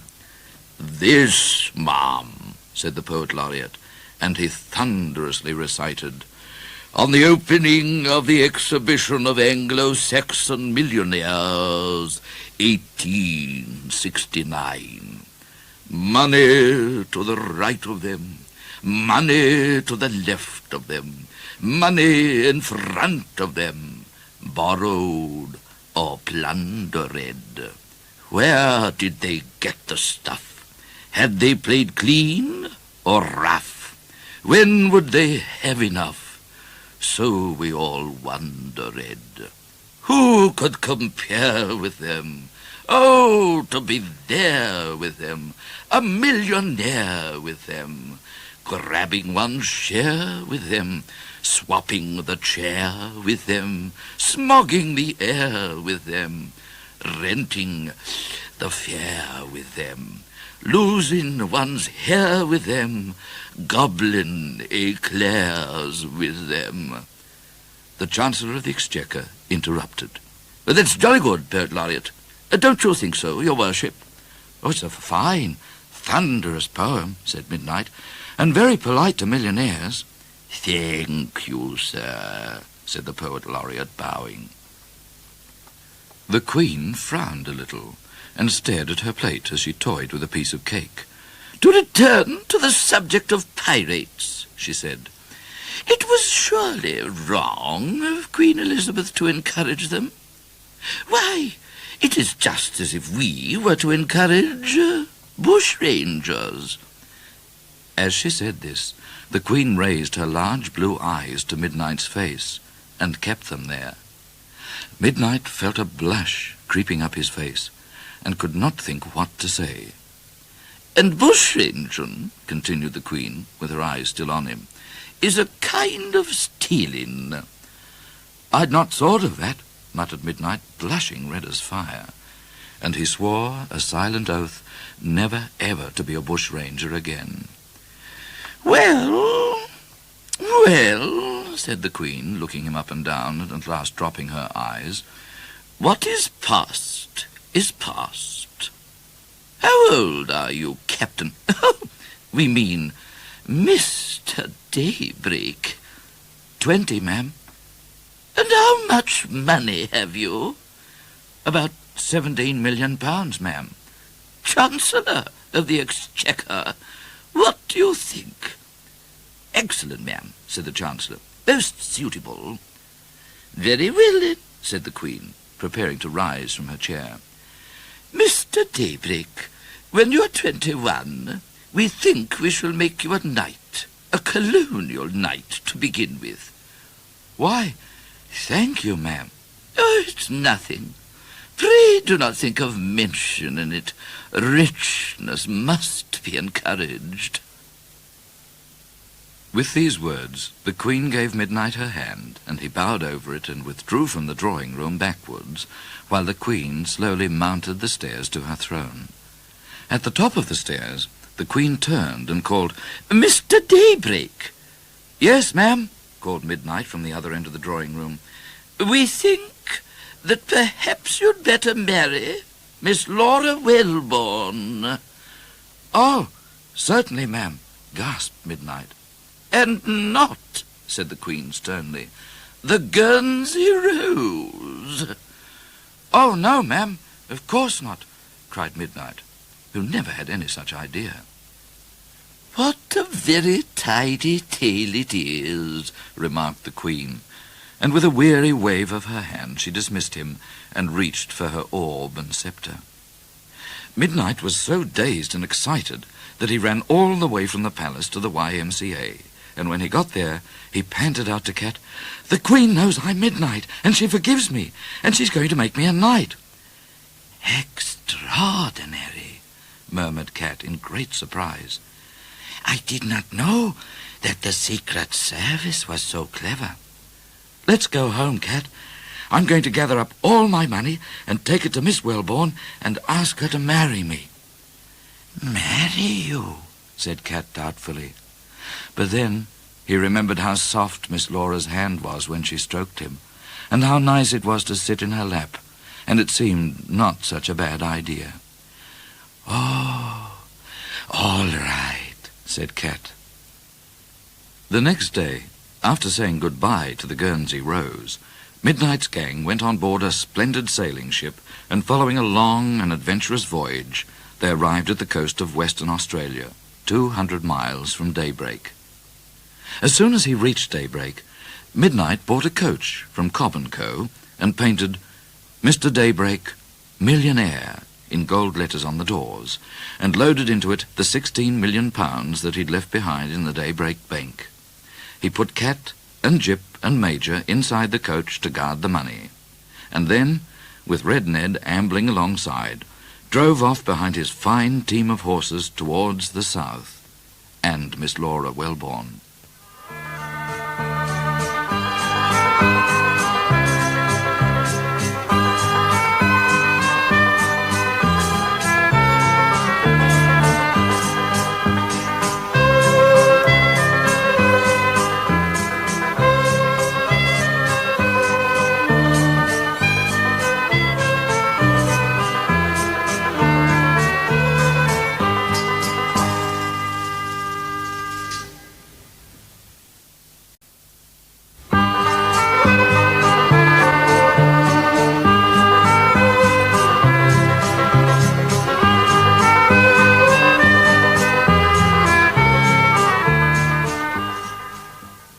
It would take a long time to describe Midnight's journey, and all the terrible country that he passed through, and all the times that he nearly died of thirst, and nearly got speared by black people, and nearly got bogged for ever after in the sand.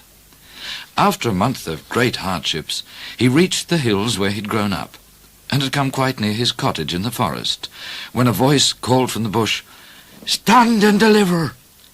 "It is a bushranger," whispered Cat, and he and Jip and Major jumped quickly out of the coach windows and hid. Midnight reached for his pistol, but he'd no sooner raised it than a bullet knocked it out of his hand. "You haven't a chance," said the voice. "Get down from the box and stand in the road with your hands up." Midnight was very unwilling to be shot dead when he'd come so close to Miss Laura, so he thought it best to do what the voice told him.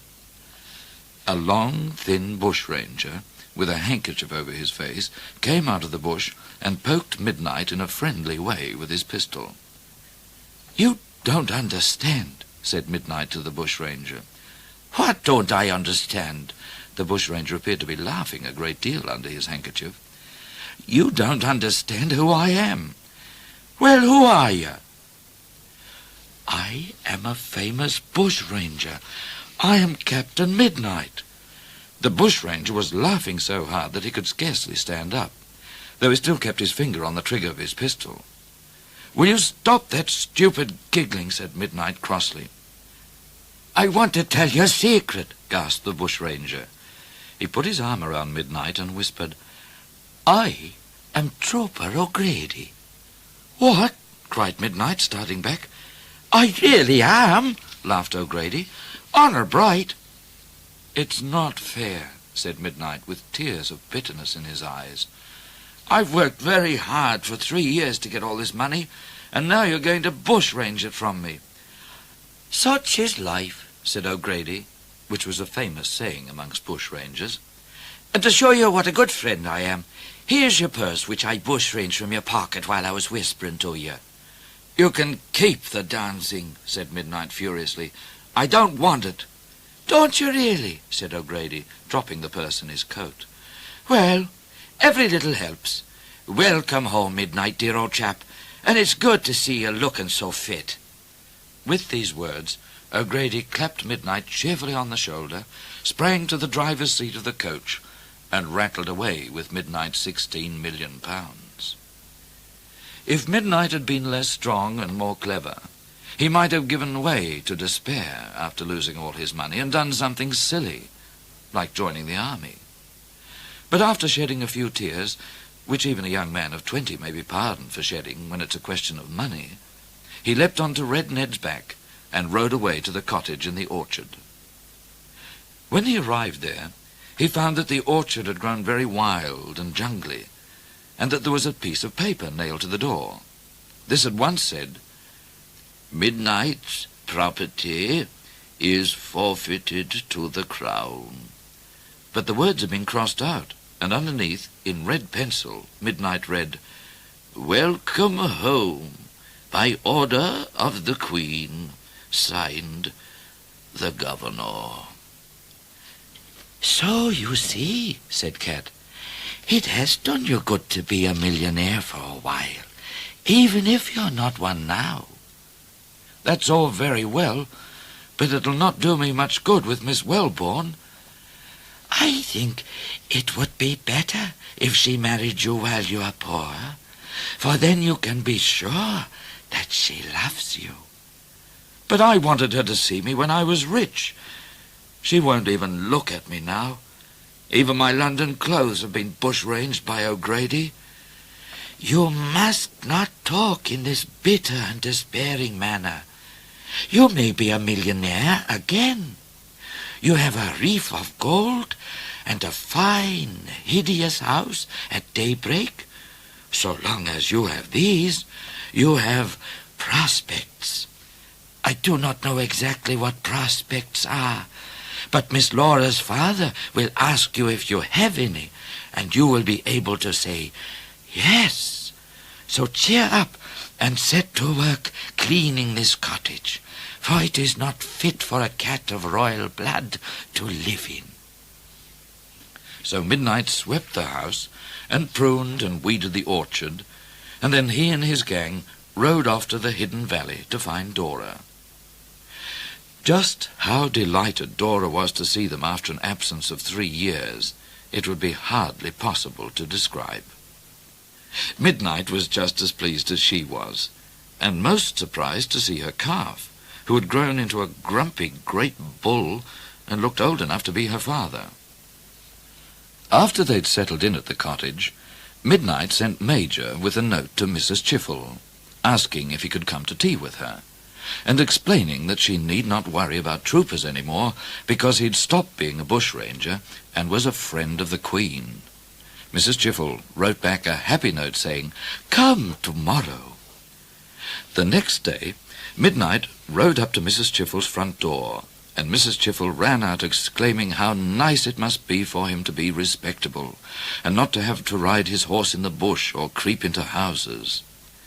It made Midnight a bit sad to remember the exciting times that were past, but he agreed with Mrs. Chiffle that it was a good thing to be respectable, and they had tea and talked about the old days when Midnight was a wild colonial boy. At last, Midnight said, "And how's Miss Wellborn?" "Ah," said Mrs. Chiffle with a shake of her head, "poor Laura has never been well since you went away." "Not well? I'm most awfully sorry to hear that." "She has been so sad," said Mrs. Chiffle. She is quite pale and faded. I wonder why. You wicked Captain Midnite, you know you've stolen her heart. I? Stolen her heart? But she can't abide me. Mrs. Chiffle laughed and laughed. So Laura may pretend, but I am a lady, and I know better. I'm astonished, said Midnite with his mouth open. But I'm glad to know this. It may make things easier for me when I ask her to marry me. Oh, you're going to propose, cried Mrs. Chiffle, clapping her hands. How perfect! You must let me help you. You positively cannot do without me. Why, ma'am? I should be pleased to have a lady's advice on this sort of deal, which is rather out of my way. How shall I begin? First, give her presents. Little presents, fruit and flowers and things of no value. Then, perhaps, one present just valuable enough to make her take notice. And then you must speak. And say what? That you love her, said Mrs. Chiffle. Be strong. She will refuse you, but be strong. If she faints, ignore her. Say, enough of your young lady's nonsense. Sweep her off her feet, Captain Midnite. Do not take no for an answer, for she certainly won't want you to. It will be all over in a minute, if you are only strong. It sounds, ma'am, said Midnite, remarkably like breaking a horse, which comes easily enough to me. That is exactly how it should be, said Mrs. Chiffle. And now go to her with my blessing. Midnite rode away from Mrs. Chiffle's with a very thoughtful face, and some quite new thoughts behind it. Miss Laura Wellborn came of an old colonial family, which had spent its first winter in the colony camped on a beach, inside a china cabinet. Her father was a squatter. That is, he kept a lot of cattle and sheep, and he lived in a big old farmhouse called a homestead. It was a pleasant house, with a pleasant garden and a pleasant avenue in front of it, where Miss Laura liked to walk. One day, as she was walking in the avenue, she was surprised to see a yellow cow galumphing towards her. On coming nearer, she saw that the cow had a garland of daisies around her horns. The cow came up to Miss Laura and bowed her head, and Miss Laura took the garland and hung it around her own neck. She said, "Thank you," to the cow, and the cow bowed again and galumphed away, looking rather silly and not half so young as she thought she was. "How odd," said Miss Laura to herself.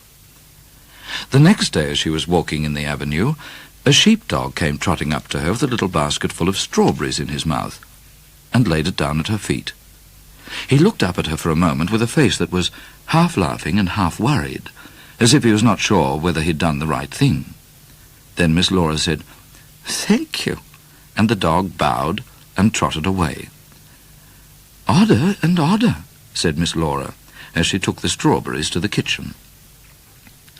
The next day, as she walked in the avenue, a tall and noble-minded horse came prancing to meet her, with 2 baskets slung by a strap across his back. One basket was filled with oranges and lemons, and the other with roses. Miss Laura lifted down the baskets and said, "Thank you," to the horse, and the horse bowed and pranced away. As he went, Miss Laura noticed that his shoes were of pure, shining gold. "Most exceedingly odd," said Miss Laura. The next day, as she walked in the avenue, a cockatoo flew down from a tree and wheeled around her. "Come, sit on my hand," called Miss Laura, stretching her white arm. But the cockatoo swooped close to her hair and flew off, and when Miss Laura put her hand to her throat, she found that she was wearing a gold chain, which had certainly not been there before. "This is becoming preposterous," said Miss Laura, who was beginning to guess. The next day, as she walked in the avenue, a handsome and superior Siamese cat came stalking to meet her with a long-legged stride.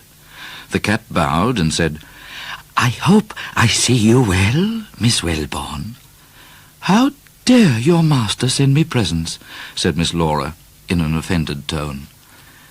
Cat smiled a little at the idea of anybody being his master, and said, "It is the correct thing, Miss Wellborn." "The correct thing when?" said Miss Laura. "When he is courting you. He is going to ask you to marry him tomorrow."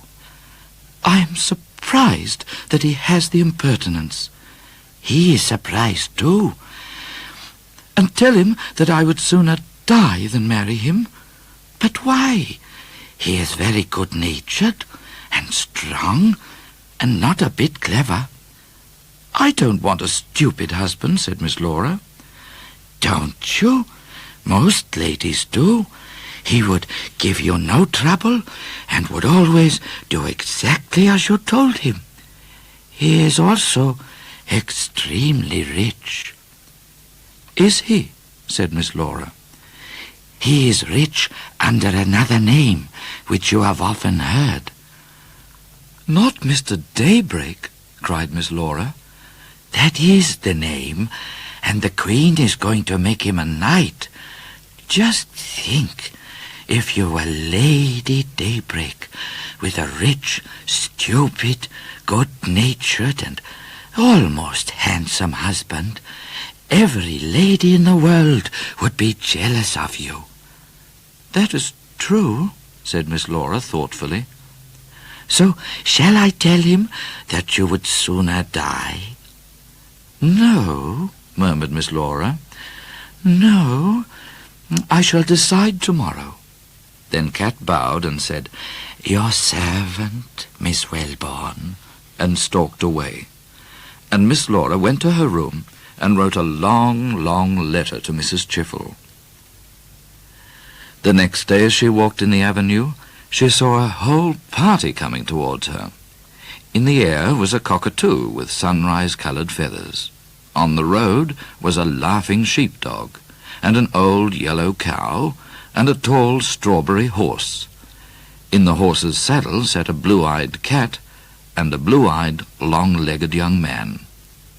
Midnite had sold Red Ned's shoes, and bought new clothes to come courting Miss Laura.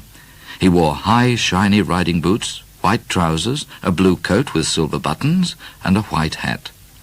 As he came near Miss Laura, he swept off his hat and bowed. "You have had your hair cut," said Miss Laura. "Finally." She said this in a funny voice. She hardly knew what to think of Midnite. She had remembered him as he was when he and she were 17, and what she saw now was a young man who could have a beard if he wanted one, and was almost handsome. Midnite slipped from the saddle and stood tall and straight in front of Miss Laura, holding his hat in his hands and blushing. He cleared his throat as if he was going to say something, but he said nothing at all. At last, Cat leaned out of the saddle where he was sitting and whispered in Midnite's ear. "I hope I see you well, Miss Wellborn," said Midnite suddenly. "Quite well," said Miss Laura, looking crossly at Cat. Cat whispered to Midnite again. "Miss Wellborn, Miss Laura. May I call you Miss Laura?" "After the liberties that you have taken with my liberty," said Miss Laura, going red and speaking only to Cat, "you may take what liberties you like with my name." Cat looked very pleased as he leaned over once more and whispered to Midnite. "Miss Laura," said Midnite, "let me take the final liberty and take away your liberty and your name, both together." "I do not know how matters may be arranged in Siamese cat palaces," said Miss Laura, looking furiously at Cat, "but that is not my idea of being married."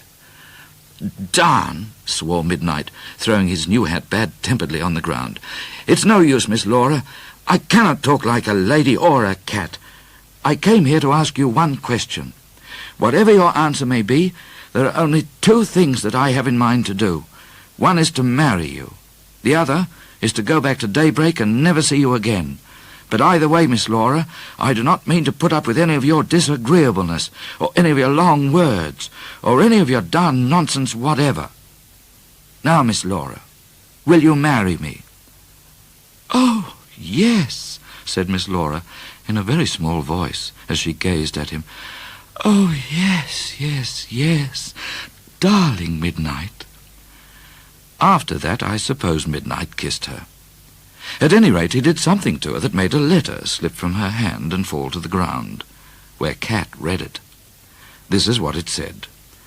"My dearest Laura, play with him.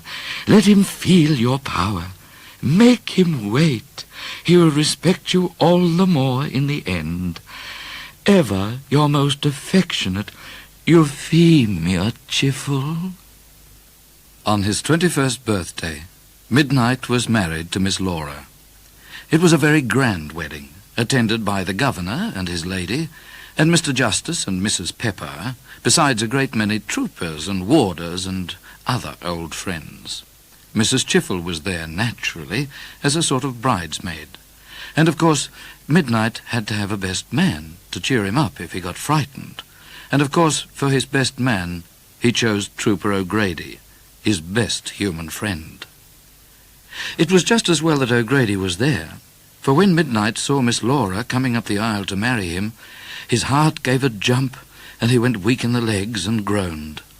But O'Grady held him up and patted him on the back and said, "Bear up, old chap," and he felt better. Anyone might have gone weak in the legs at the sight of Miss Laura as she walked up the aisle on her father's arm. She was all in white, and her hair was full of orange blossom from Midnight's orchard, and in her hand she carried a branch of pear blossom, on which sat Major, as beautiful as any flower. The long white train of her dress was held up by Jip and Cat, and Mrs. Chiffle, in purple velvet and ostrich feathers, walked behind.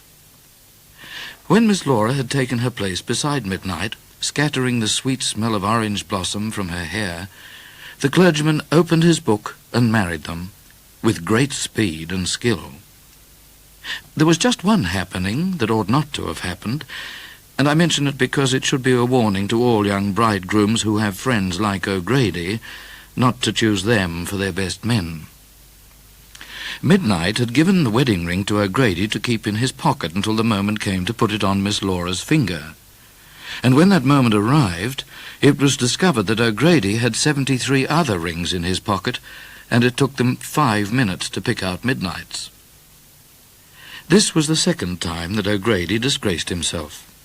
Only a little while before, when Midnight, who of course used his real name at his wedding, said, "I, Percival, take thee, Laura," Trooper O'Grady had giggled in church.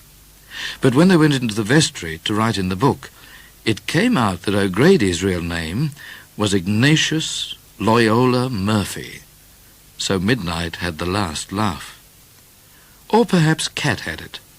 While they were in the vestry, O'Grady trod on Cat's tail, and Cat said, "I should watch my feet if I were you, O'Grady, or some day you may find man-eating piranha fish in your bath."